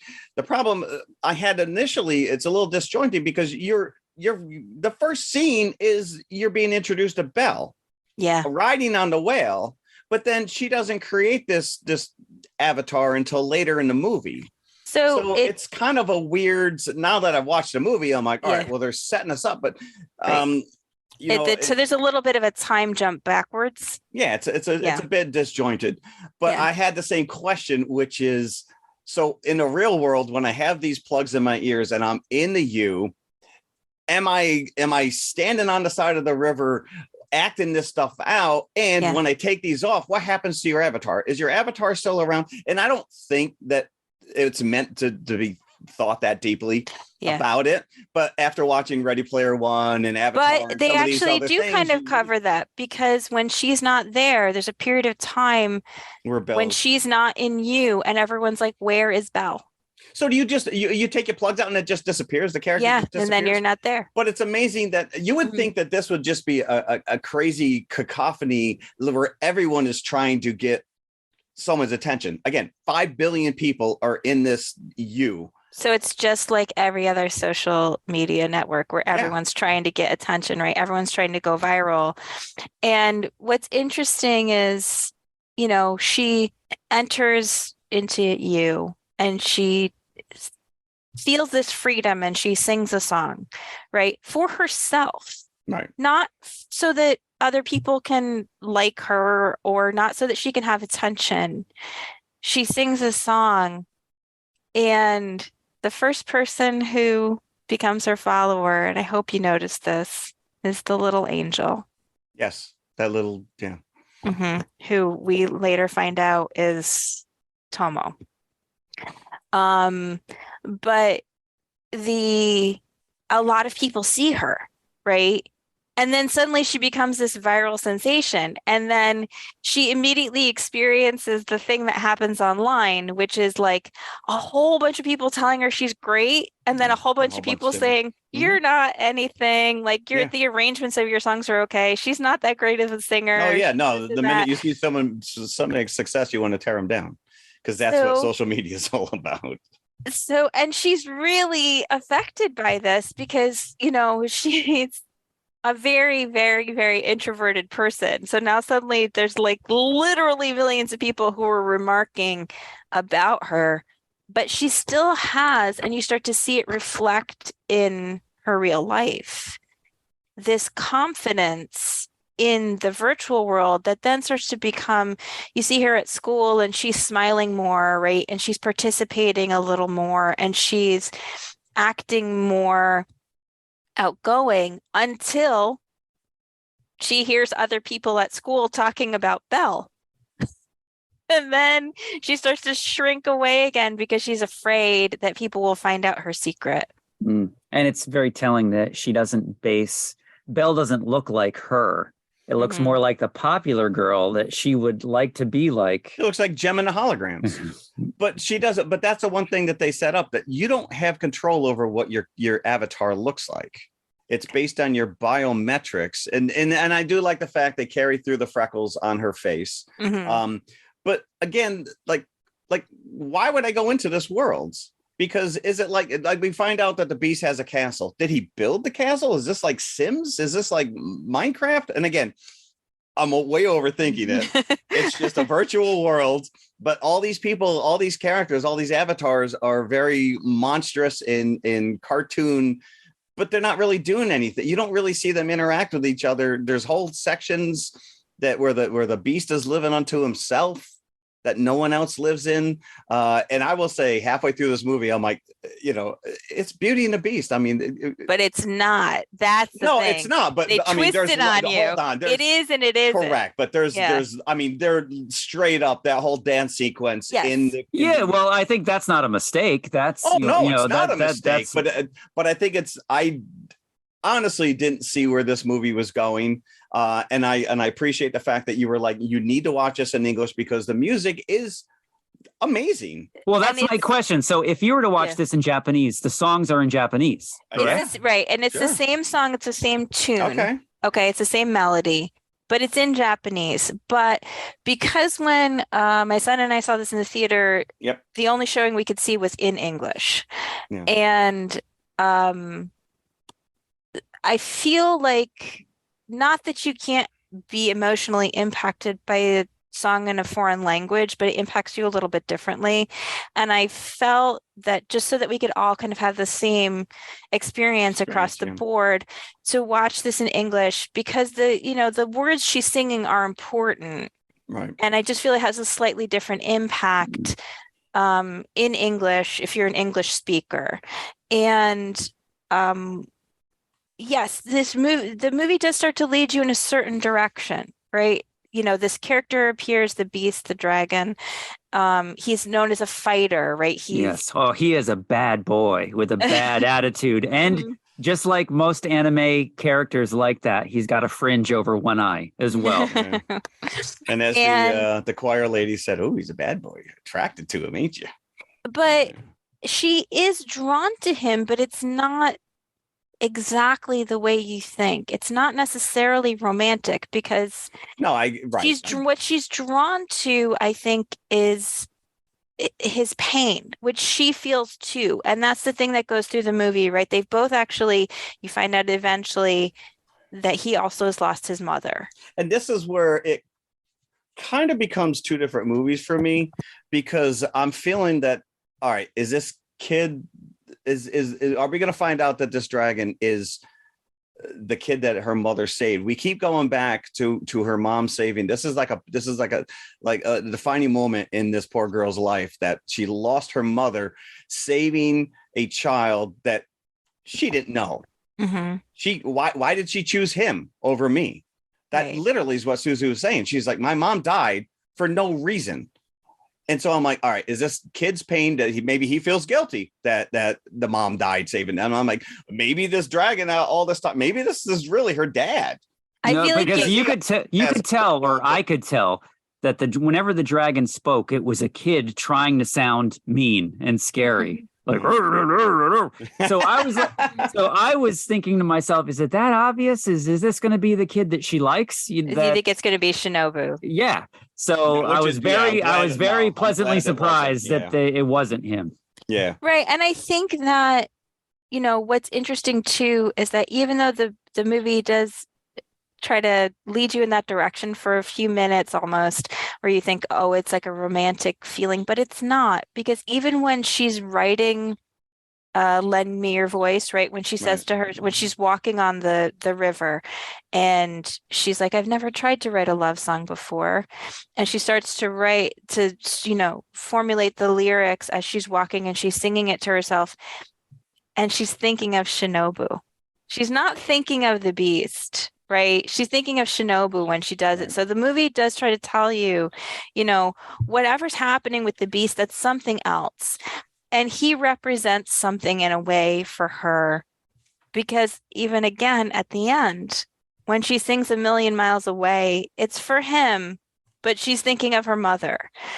So he represents, I think, again, like a kindred spirit, like this person who's also in pain. And she starts to feel, I think, this feeling that her mother had, that she wants to save this person. Well, that's exactly what ends up happening, is that, yeah. And this is where, again, the third act takes a really weird turn, where all of a sudden it's like CSI Tokyo, where she's, they figured out who this kid was, who this beast is. And they see, that he's being abused and he's protecting his little brother. And she goes like halfway across the country. Yeah, they do try to tie. It's not like out of nowhere. They do show the family in some of the chatter earlier. Right. So once you see them again, you're like, oh, it's that family I saw before. Yeah. And again, they set up that there's a nice little, I'm sorry, I don't mean to interrupt, but there's a nice little sequence where her and her friend are going through all the online, and they're trying to decipher who could this beast be. And they give you like a line of suspects or whatever, and that's kind of it was a fun little thing. Again, you point out the real world's animation versus the CG. The real world stuff is phenomenal, and I will tell you, some of my favorite scenes are these awkward silence that just happen throughout this movie, where she's interacting with her friends. And we were laughing our asses off on some of this stuff, where it's dead silence, and you're just kind of like staring at each other, like somebody say something. Yeah, no, I'm especially that scene with the kayak kid and the popular girl, when they're just like, Ruka, no, I love that scene because he's like, you have a crush on me, don't you? That was like his going, all of a sudden he's like, you really do. Somebody's got to work on the kid's game. Like, you do not open with that. Hey, it worked eventually. And Ruka just like drops her bag and covers her face. Yes, like, and then he was like, oh, Yeah, and he's just standing there, mouth agape, and I'm like, these are the fun moments. I really like this. I mean, I thought it was fantastic to look at. I think I did dig a little too deep in trying to answer some of these. You know what? I mean, it's how this already really works. it's 2 hours, and like you can't get into all that minutia without making this No, and I movie don't another really think hour you need long. to. And what's Yeah. interesting, you know, I mentioned on the Blu-ray that there's a really deep dive with the director, and he actually brought in body sharing and AI experts. Yeah. To really kind of get into the nitty gritty. But at the end of the day, you don't need to know the minutia of how the tech works. Mm-hmm. It's just, it's a mechanism to get you to point A to point B. You know, he's a really serious about like sort of making things feel true to life. And of child abuse is a theme that is in this film. And it's also a theme that's in his film, The Boy and the Beast. And if you guys have never seen that, I recommend that you go find it. It's awesome, like all of his other movies. But he actually did a ton of research into abused children and their psychology but again, that's where I feel that it kind of takes a weird turn there in the third act, where she's now got the strength to go and confront this dad with these two boys. It's because she's gained the courage from unveiling herself. I get it, but you're going halfway across the country by yourself to confront this guy who's abusive. Yeah, and at the end of the day, what's she really going to do if he decides to? Like I said, it's not clear. It's not said explicitly, but I think it's certainly implied that their dad is Justin. Oh, because you never find out, because that was a big question in my notes. Who is Justin? But at the end, when he's holding his fist up, the camera keeps showing his watch. Yeah, and I said, I hope that's not waterproof. But, and I think it's implied because of the way his dad is, even though it's not said explicitly, that his dad is Justin, because you know, he worked from home and he's always like, you're making so much noise in here. I can't work. And his sort of bluster and his insistence Justin's always like, there are rules and they must be followed. And he says the same thing to his kids. He says to Kay and Tomo, you know, there's rules and you have to follow them, you know. Unless they're just trying to create a parallel between the two characters. I think either either way it would work, but then it makes it almost even more ironic, right? Because Justin is hunting the beast in the virtual world and he's abusing his son in the real world. Right. And you know, Tomo, you know, I think that she really feels an urgency, not just because of her relationship with the beast, but because of Tomo, who's the little angel. You know, Tomo is breaking. I think you can see that. Like, this kid is on the verge of like a psychological break. He's not okay. You know, he's starting to like disassociate from his surroundings. But again, like all of Hosada's movies, you see this in Mirai, you see this in Summer Wars, you certainly see this, I know you guys haven't seen them, but The Boy and the Beast and Wolf Children, the importance of who you are as a part of a community. And this is a theme that comes back in his work over and over and over again. And Suzu starts to realize that she's not alone. She keeps thinking that, right? She says, my mother left me alone. But she's not alone. She's surrounded by people who care for her and who are looking out for her.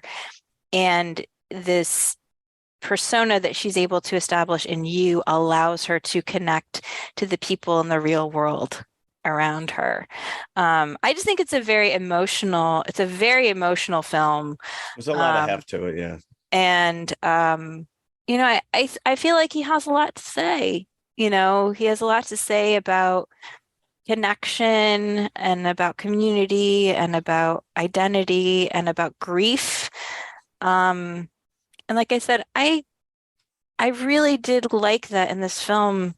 The people around her didn't try to push her to stop being sad. It was kind of like, when you're ready to be done being sad, then I'm here. And I think that's really encapsulated at the end when Shinobu says, oh, that's a weight off. Like now we can have fun. You know, he's like, I've just been waiting for you. Or actually more so, that. That the dad multiple times throughout keeps asking her to, do you want to have dinner? Want to have dinner. And at the end, she finally says yes. Well, yeah. So if you think about it, the dad had to go through that himself. So he understands, that he's got to give her room. I thought that maybe he was the dragon, that he's been holding all this in. Yeah. No. To me, it felt like he kept trying to hold a hand out and she kept saying no. But he kept holding that hand out every single day until she said yes. Yeah. Because if you think about it, she was never there for him. So he, apparently had to go through that alone. So I know, but when you're 6 years old, you don't think that your parents, you don't think of your father as a human that's suffering. It's all about my mom. I'm now missing my mom. Yeah. And she still uses the mug that her mother used, the one with the chip on it. And the photo of her is the one that Suzu took with the phone. The photo of her that's in the kitchen, everything is like for Suzu, like time's just stood still. But like I said, her dad keeps reaching out. Her dad keeps saying, right. Do you want to have dinner? Do you want to do this? Do you want to do that? He leaves the peaches for her. We have these peaches, have some. He keeps trying to show her every single day, but he doesn't say, stop being sad. When are you going to snap out of this? It's kind of like, you get a feral dog and you just keep leaving little treats for it. So eventually it'll come out of its cage and it'll want to be loved again. And I like this. I like this about this movie because it tells people it's okay to be sad in your own time. And when you're ready to be done being sad, then that's okay. It doesn't have to be like, well, it's been 6 months. You should be over that now. I think is interesting because culturally, I don't think in Japan they really lean into therapy or anything like that. Not to the level that US does, right? Where talk out your feelings. Let's get to it. It is kind of going against the grain, I think, where it's as opposed to just suck it up and move on like we said before. So this was gorgeous. This was really beautiful. I want to give shout out to Jin Kim, who was the character design for Belle. He actually worked with Disney. He's done major characters for Frozen, Tangled, Big Hero 6, and Moana. But even like the costumes that she wears throughout this, like they employed a real world costume designer who actually physically made those floral costumes that were then transferred into a 3D virtual world. So there's definitely a lot to like in this. Like I said, it was a bit disjointed. I thought the third act was a little wonky, but I thought this was gorgeous to look at because of like the ballroom scene and all that stuff. You think it's leading a certain way that there's going to be like a romance, but that's not. Yeah, no, I'm actually happy it didn't become a romance, but I just felt like the whole abuse thing and all of a sudden she's off on her own because there they are in the control room when they realize who it is. That's the beast. She goes by herself. You've got 12 people all around you who are supporting you, and yet you're going to send her off by herself to take care of this? But they're also supporting her because now she feels she can do it on her own. You go as backup. Oh, Jeff. All right. So I have a minutia question. Yeah. The bruises, quote unquote, the beast has a cloak. How can they be bruises if they're on his clothes? I think it's just a manifestation. Because he's, it is. And I think it should have been that tattoo guy, the artist. I would have loved it. Right there. That was a little too spot on. I was like, oh, look, that's him. Nailed it. There's our beast right there. Yeah. So, one of the things you see too, though, is that he's like hunched over his brother, protecting him. Even when his father isn't actually hitting him, like his words are wounding him. You see his body jerking every time his father says something. So the bruises that you see aren't just physical, right? Mental abuse is sometimes even more powerful than physical. It's the mental abuse that he's receiving, and he's telling his brother, this has nothing to do with you. It's my fault. It's my fault. I hope they get that kid some help because but yeah, I just think it's very moving, and it's, it circles around because it starts, with this idea of her mother saving this child, and she then feels that she has to be just like her mother went into the river alone, just like 20, 50 people watched her go into the river alone to Her mom save at least this had kid, a life jacket on. right? All these people just standing there Yes, I get the staring. parallels. I just feel that, I don't know, maybe I'm a little too protective as a dad, but I'm not letting you jump on a train and go halfway across the country to confront some a child abuser. And it's important that she does, because also, like, her bravery breaks him in that moment, like her staring at him unflinchingly and standing in front of them and not saying anything, that she's going to look after them, and he just kind of crumbles when that happens. And there's a parallel too, right? Because Jim was talking about how he thought maybe Suzu's dad had become this angry person because of the death of the mother. Well, that happened in their family too, right? And the father clearly just became angry and, started abusing his kids. And Suzu's dad just stepped back and let her come to him her own time. So, there's a lot of parallels between these two families and how people handle grief. Yeah, or don't. Yeah. Space whales heal all. And even though we watched this in English, to Max's credit, formerly HBO Max, it is available in Japanese. So nice. You have either option. When you search Belle, you get actually 2 different movies you can pick from. Oh, let's talk. Is it Belle or Belle with an E? Because that was a disconnect with the title of the movie and her name on her phone. Right. So Suzu in Japanese means Belle. Like, well, that was another direct Beauty and the Beast tie-in for me. And then somebody who's commenting on her in you says it should be Belle. It's the French word for beautiful. Beautiful. Like, it should be Belle with an E because she's beautiful. That circles around again, because when Tomo, the little angel, first sees her, he says, "You're amazing. I think you're beautiful." And then when he sees the real Suzu, he says the same thing. Speaking of awkward silence. Yeah, I'm just trying not to cry because I was thinking about it. Through without crying. Hold it together. Hold it together. We're almost there. We're almost there. I mean, when we saw this in the theater and she started singing "A Million Miles Away," we were both done. We were like, yeah, I can see that. It is it's a very emotional moment. We were like holding each other's hands and we're looking at each other. And like, there's just tears running down my face and my son's crying. This is kind of what lends. I don't know yet if this is going to be a secret 5-bucket movie, but this is kind of what lends itself to when we pick a 5-bucket movie. It's a personal experience. So that memory for you is tied up with this movie.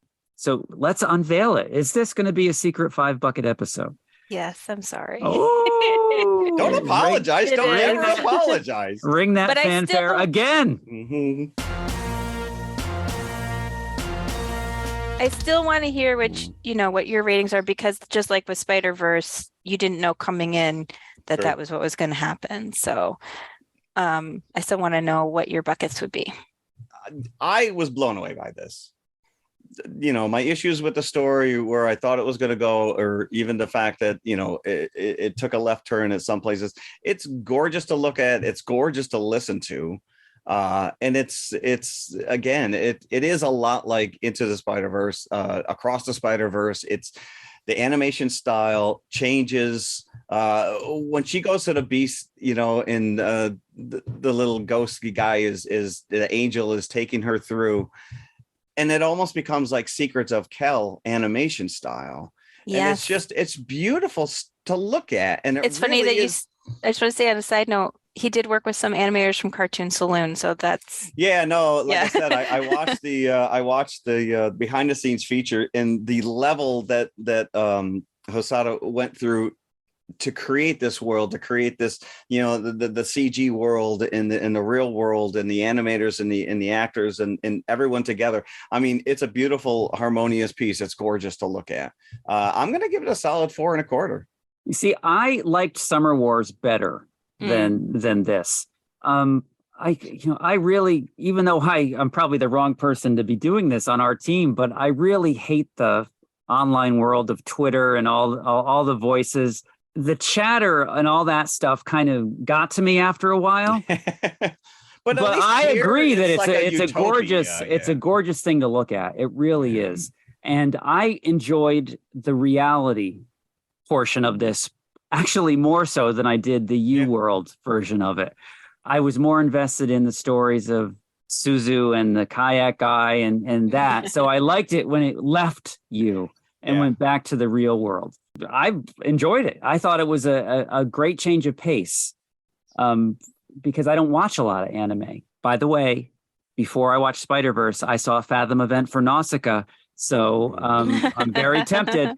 But for Belle, I'm going to give it 3.5 buckets. I think Spider-Verse edged it for me just a little bit more with a quarter bucket above for Spider-Verse, but I will give Belle 3.5.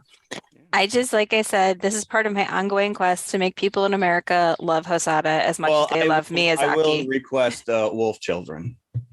Oh, have you never seen it? No. It's, again, just now are all his movies on Max? No, they're not. Unfortunately, I own them all on DVD, so they're all like rentable. Right.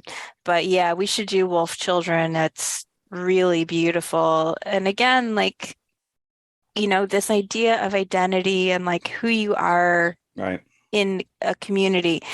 It's just such a theme. Like I said, you really see this in Mirai too, right? Where you see this little boy and his connection to his family and his family tree in the past and the future.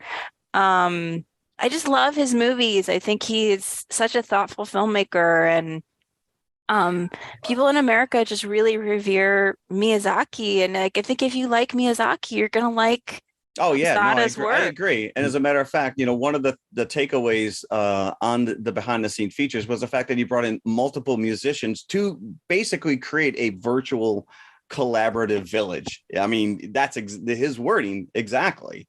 So he not only puts it on the page, but he lives and breathes this. That's different thoughts, different ideas, different takes, and mash them all together. And even the online stuff it's really, you get a bit. You get some feelings of the nastiness that exists in text message and stuff like that. But as a whole, it's a utopia. Everyone's living in harmony, which we all know doesn't exist in social media now. But this is this guy's vision that, just like Star Trek, that one day we'll all be together on a starship and we can all work together as one. I read an interview with Hosada where he said, he still has hope. Yeah, no, that comes through. That definitely comes through. And I do think that's one of the great things about his movies is that even when they deal with difficult subjects, and even when he's tackling a lot of stuff, he's trying to show you like there's a light, and I'm just such a fan of his, and I really want people to watch his movie. Yeah, no, I'm glad that you shine a light on it, because these are movies that probably would have gone by I remember when Belle came out. I remember seeing the trailer for it, and I wish you'd been able to see it on the big screen. It was so gorgeous. Speaking about it being on the big screen, a lot of controversy. I was reading just, I didn't really pick up on it originally, but that this was not nominated for a Best Animated Feature Oscar, which a lot of people expected that it would be. I was shocked because Mirai was nominated. And I think this is so innovative. I mean, I just, just from purely animation standpoint, I don't see how you would not nominate this. Yeah. And again, a lot of this was created during the pandemic. So it was collaborative, but removed. Where a lot of times these studios, you're sitting next to each other, and that's not how it went down.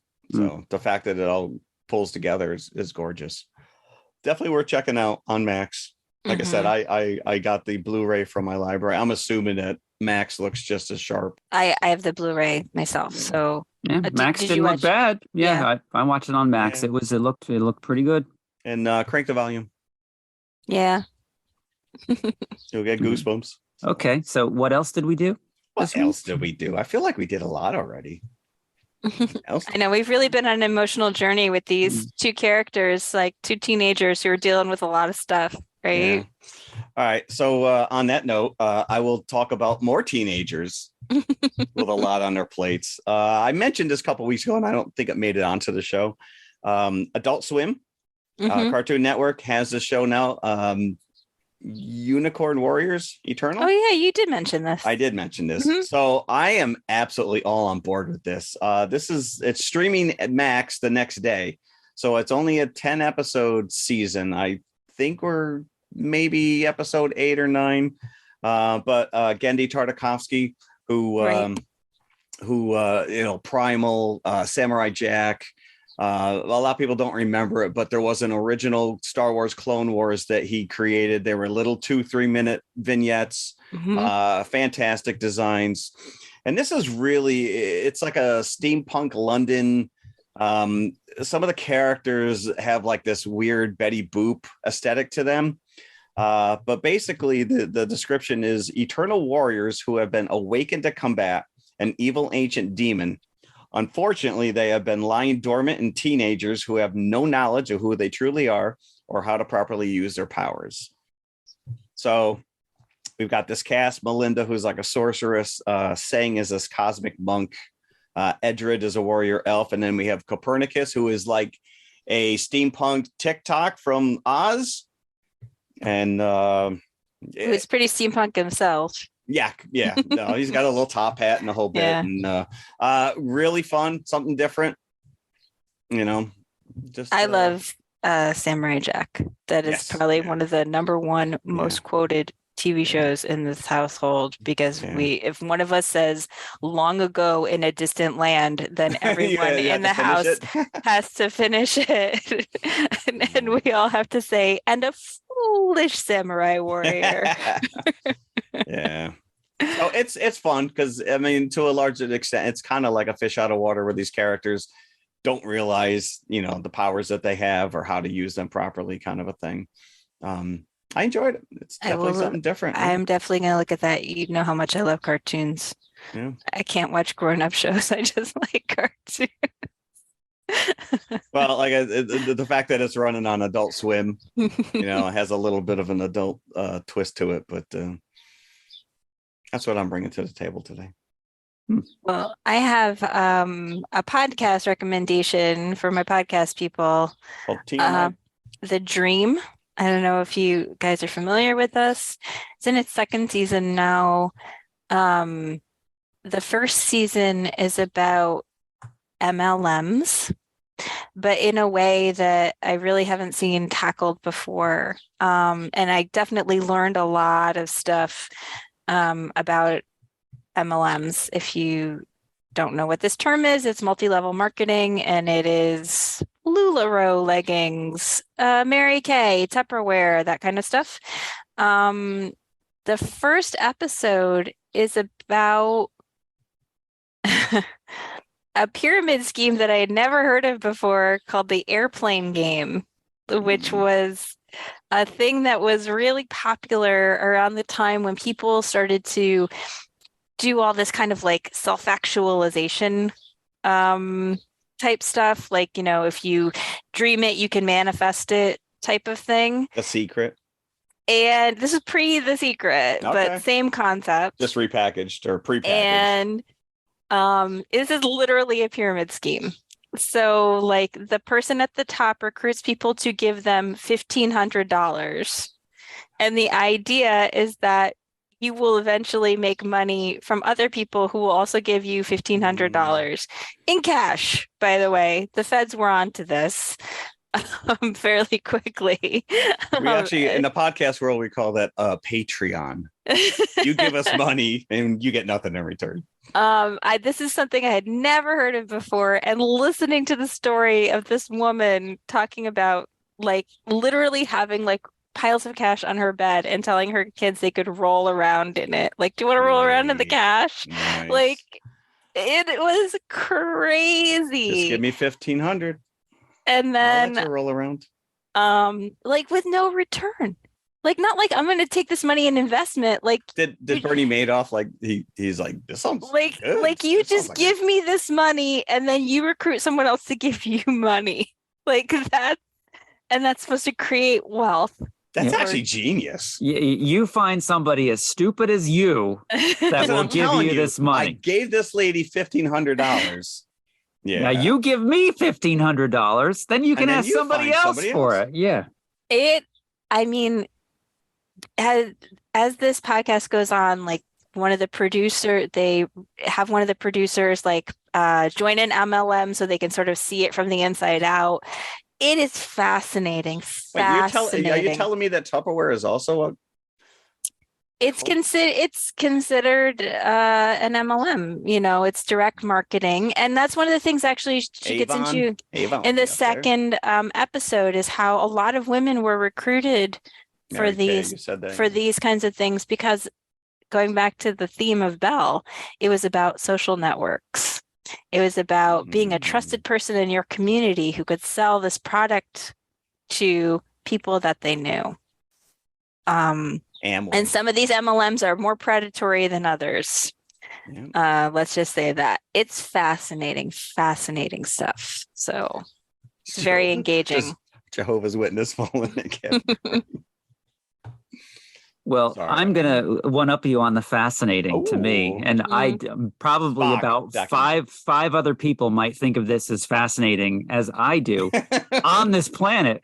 But I'm also listening to a podcast. I have finally relented and started to listen to another podcast besides this one, because I've always been afraid if I do that the other podcast would be better than ours. And then I would be unable, then I'd be That's unable to usually the continue. case. That is the case. I'd be unable to continue with There's this a lot because of good stuff out there. Just don't listen to a movie review. But here's the thing. That's my point, is that I found something that was so totally off track of what we talk about. This is because not only am I obsessed with movies, I'm also obsessed with music. So this is a podcast called Back to Mono, the dedicated mono mixes podcast. And so the host of this podcast, Frederick French Pounce, and it's French, it's a hyphenated last name. So French Pounce.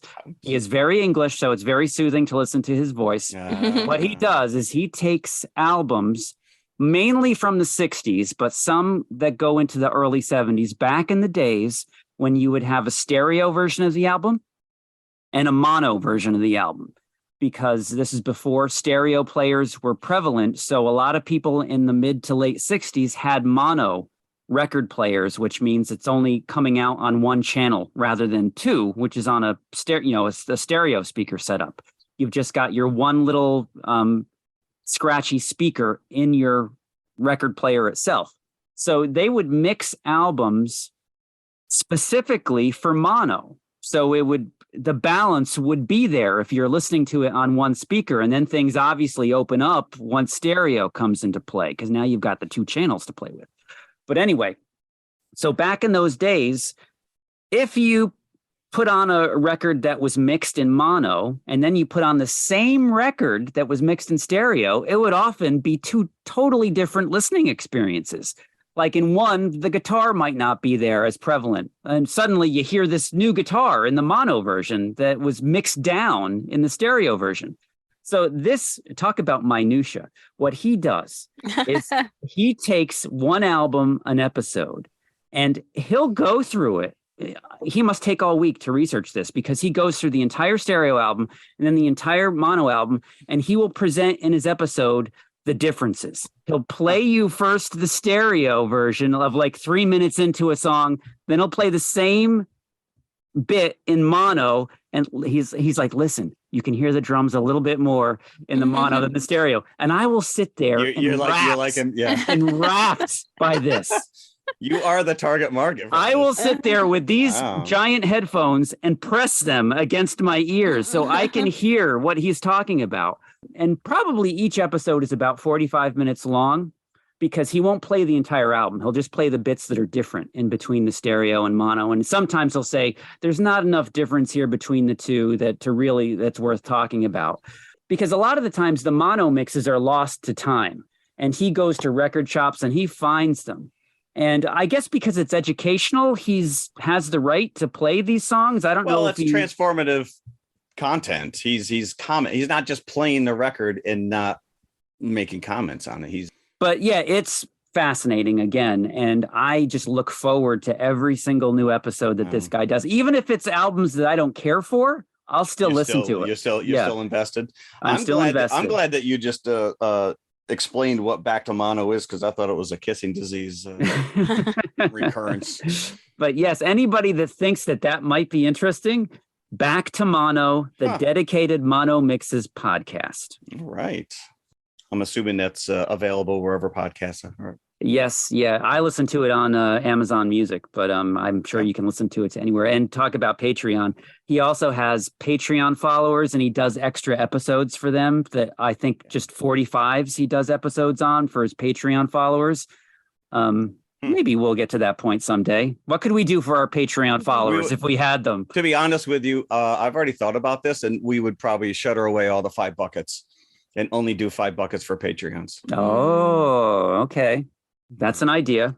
We have to get more than 10 listeners in order for us to justify that. And more than 40 hours a week available. Yeah. I can barely pull this off. Just two movies. If you are one of those 10 listeners, thank you so much for listening. As always, leave us a 5 bucket review somewhere, wherever you listen to us. Right. Mm-hmm. So what are we doing next week? One of us won't be here. Yes, I'm sorry. It was a last minute rearrangement of the schedule. Right. Yeah, we're recording on Father's Day next week, and the one member that's not a father will not be. Just because I coincidentally have a husband who is a father. But it's also his birthday. Okay. Oh, okay. Yeah. So double the gifts. Double the gifts for him. Mm-hmm. Oh, we're going to have fun with this, Jim. But we'll be back, though. And what are we covering next week, Jeff? I believe we are going to go into Pixar territory. Yes, we are. What? They actually released a Pixar movie in the theater? Or at least, it hasn't happened yet. So let's not hold our breath. Elemental next week. Yeah. So we're going back to the theater. And along with Elemento. My dear Watson. We are staying in Disney territory, not specifically Pixar territory, but at least Disney territory. Zootopia. Yeah. All right. Well, we'll have to see this. Although the poster I pulled up, it's Zootropolis. Is that the name where they lived, or is that a different? That's where they live. Zootopia. It's been a long time since I've seen this. I think I've only seen it once. It's a really good movie, but I think, in the pantheon of Disney, it kind of gets shuttled downwards, down a few pegs on that ladder, and I think unfairly. I'm a little sad that I won't be here because this is you're going to be yelling at us then when you listen to this episode, and you're like, why didn't you talk about this? I'll tell you right now, my only point of reference to this movie is that there's a fox, there's a rabbit, and I remember the sloth at the DMV. That is it. So. This is a very fun one, okay. I think. All right. All right. It's we'll see. Yeah, on Disney, right? It's on Disney Plus. Disney Plus. Yeah, they haven't pulled that one yet. Hopefully, so we'll still be able to see it. Okay. All right. Zootopia. Thanks for listening, everybody. All right. Thanks. Thank you. Yep. Bye. That was a big one. Bye. Hello, everybody. If you liked the podcast you just heard, then please follow TMI on all of our social media outlets. First and foremost, email us at tmipodcast2018@gmail.com. That is tmipodcast2018@gmail.com. And you can follow us on Twitter at TMI_podcast2018. Stop over, say hi, give us a compliment. We'd love to hear from you. Awesome. Make sure you follow us on Instagram as well, which is also TMI_podcast2018. And of course, we are on Facebook, facebook.com/TMI Podcast 2018. And it should be noted, we also have a community page, so join the forum. And if you like to watch YouTube, you can see us at TMI Podcast 2018, all one word. Look for the popcorn bucket. Popcorn bucket. Or you could just go to our website, which has every link there, TMIConfessionalspodcast.com. And we'll see you at the concession stand. We'll save some popcorn for you. The Spider-Man Doom Buggy, which shows up in the comic books, and I think he showed up in the cartoons. His name is Peter Parked Car. Did you know that? I didn't know that.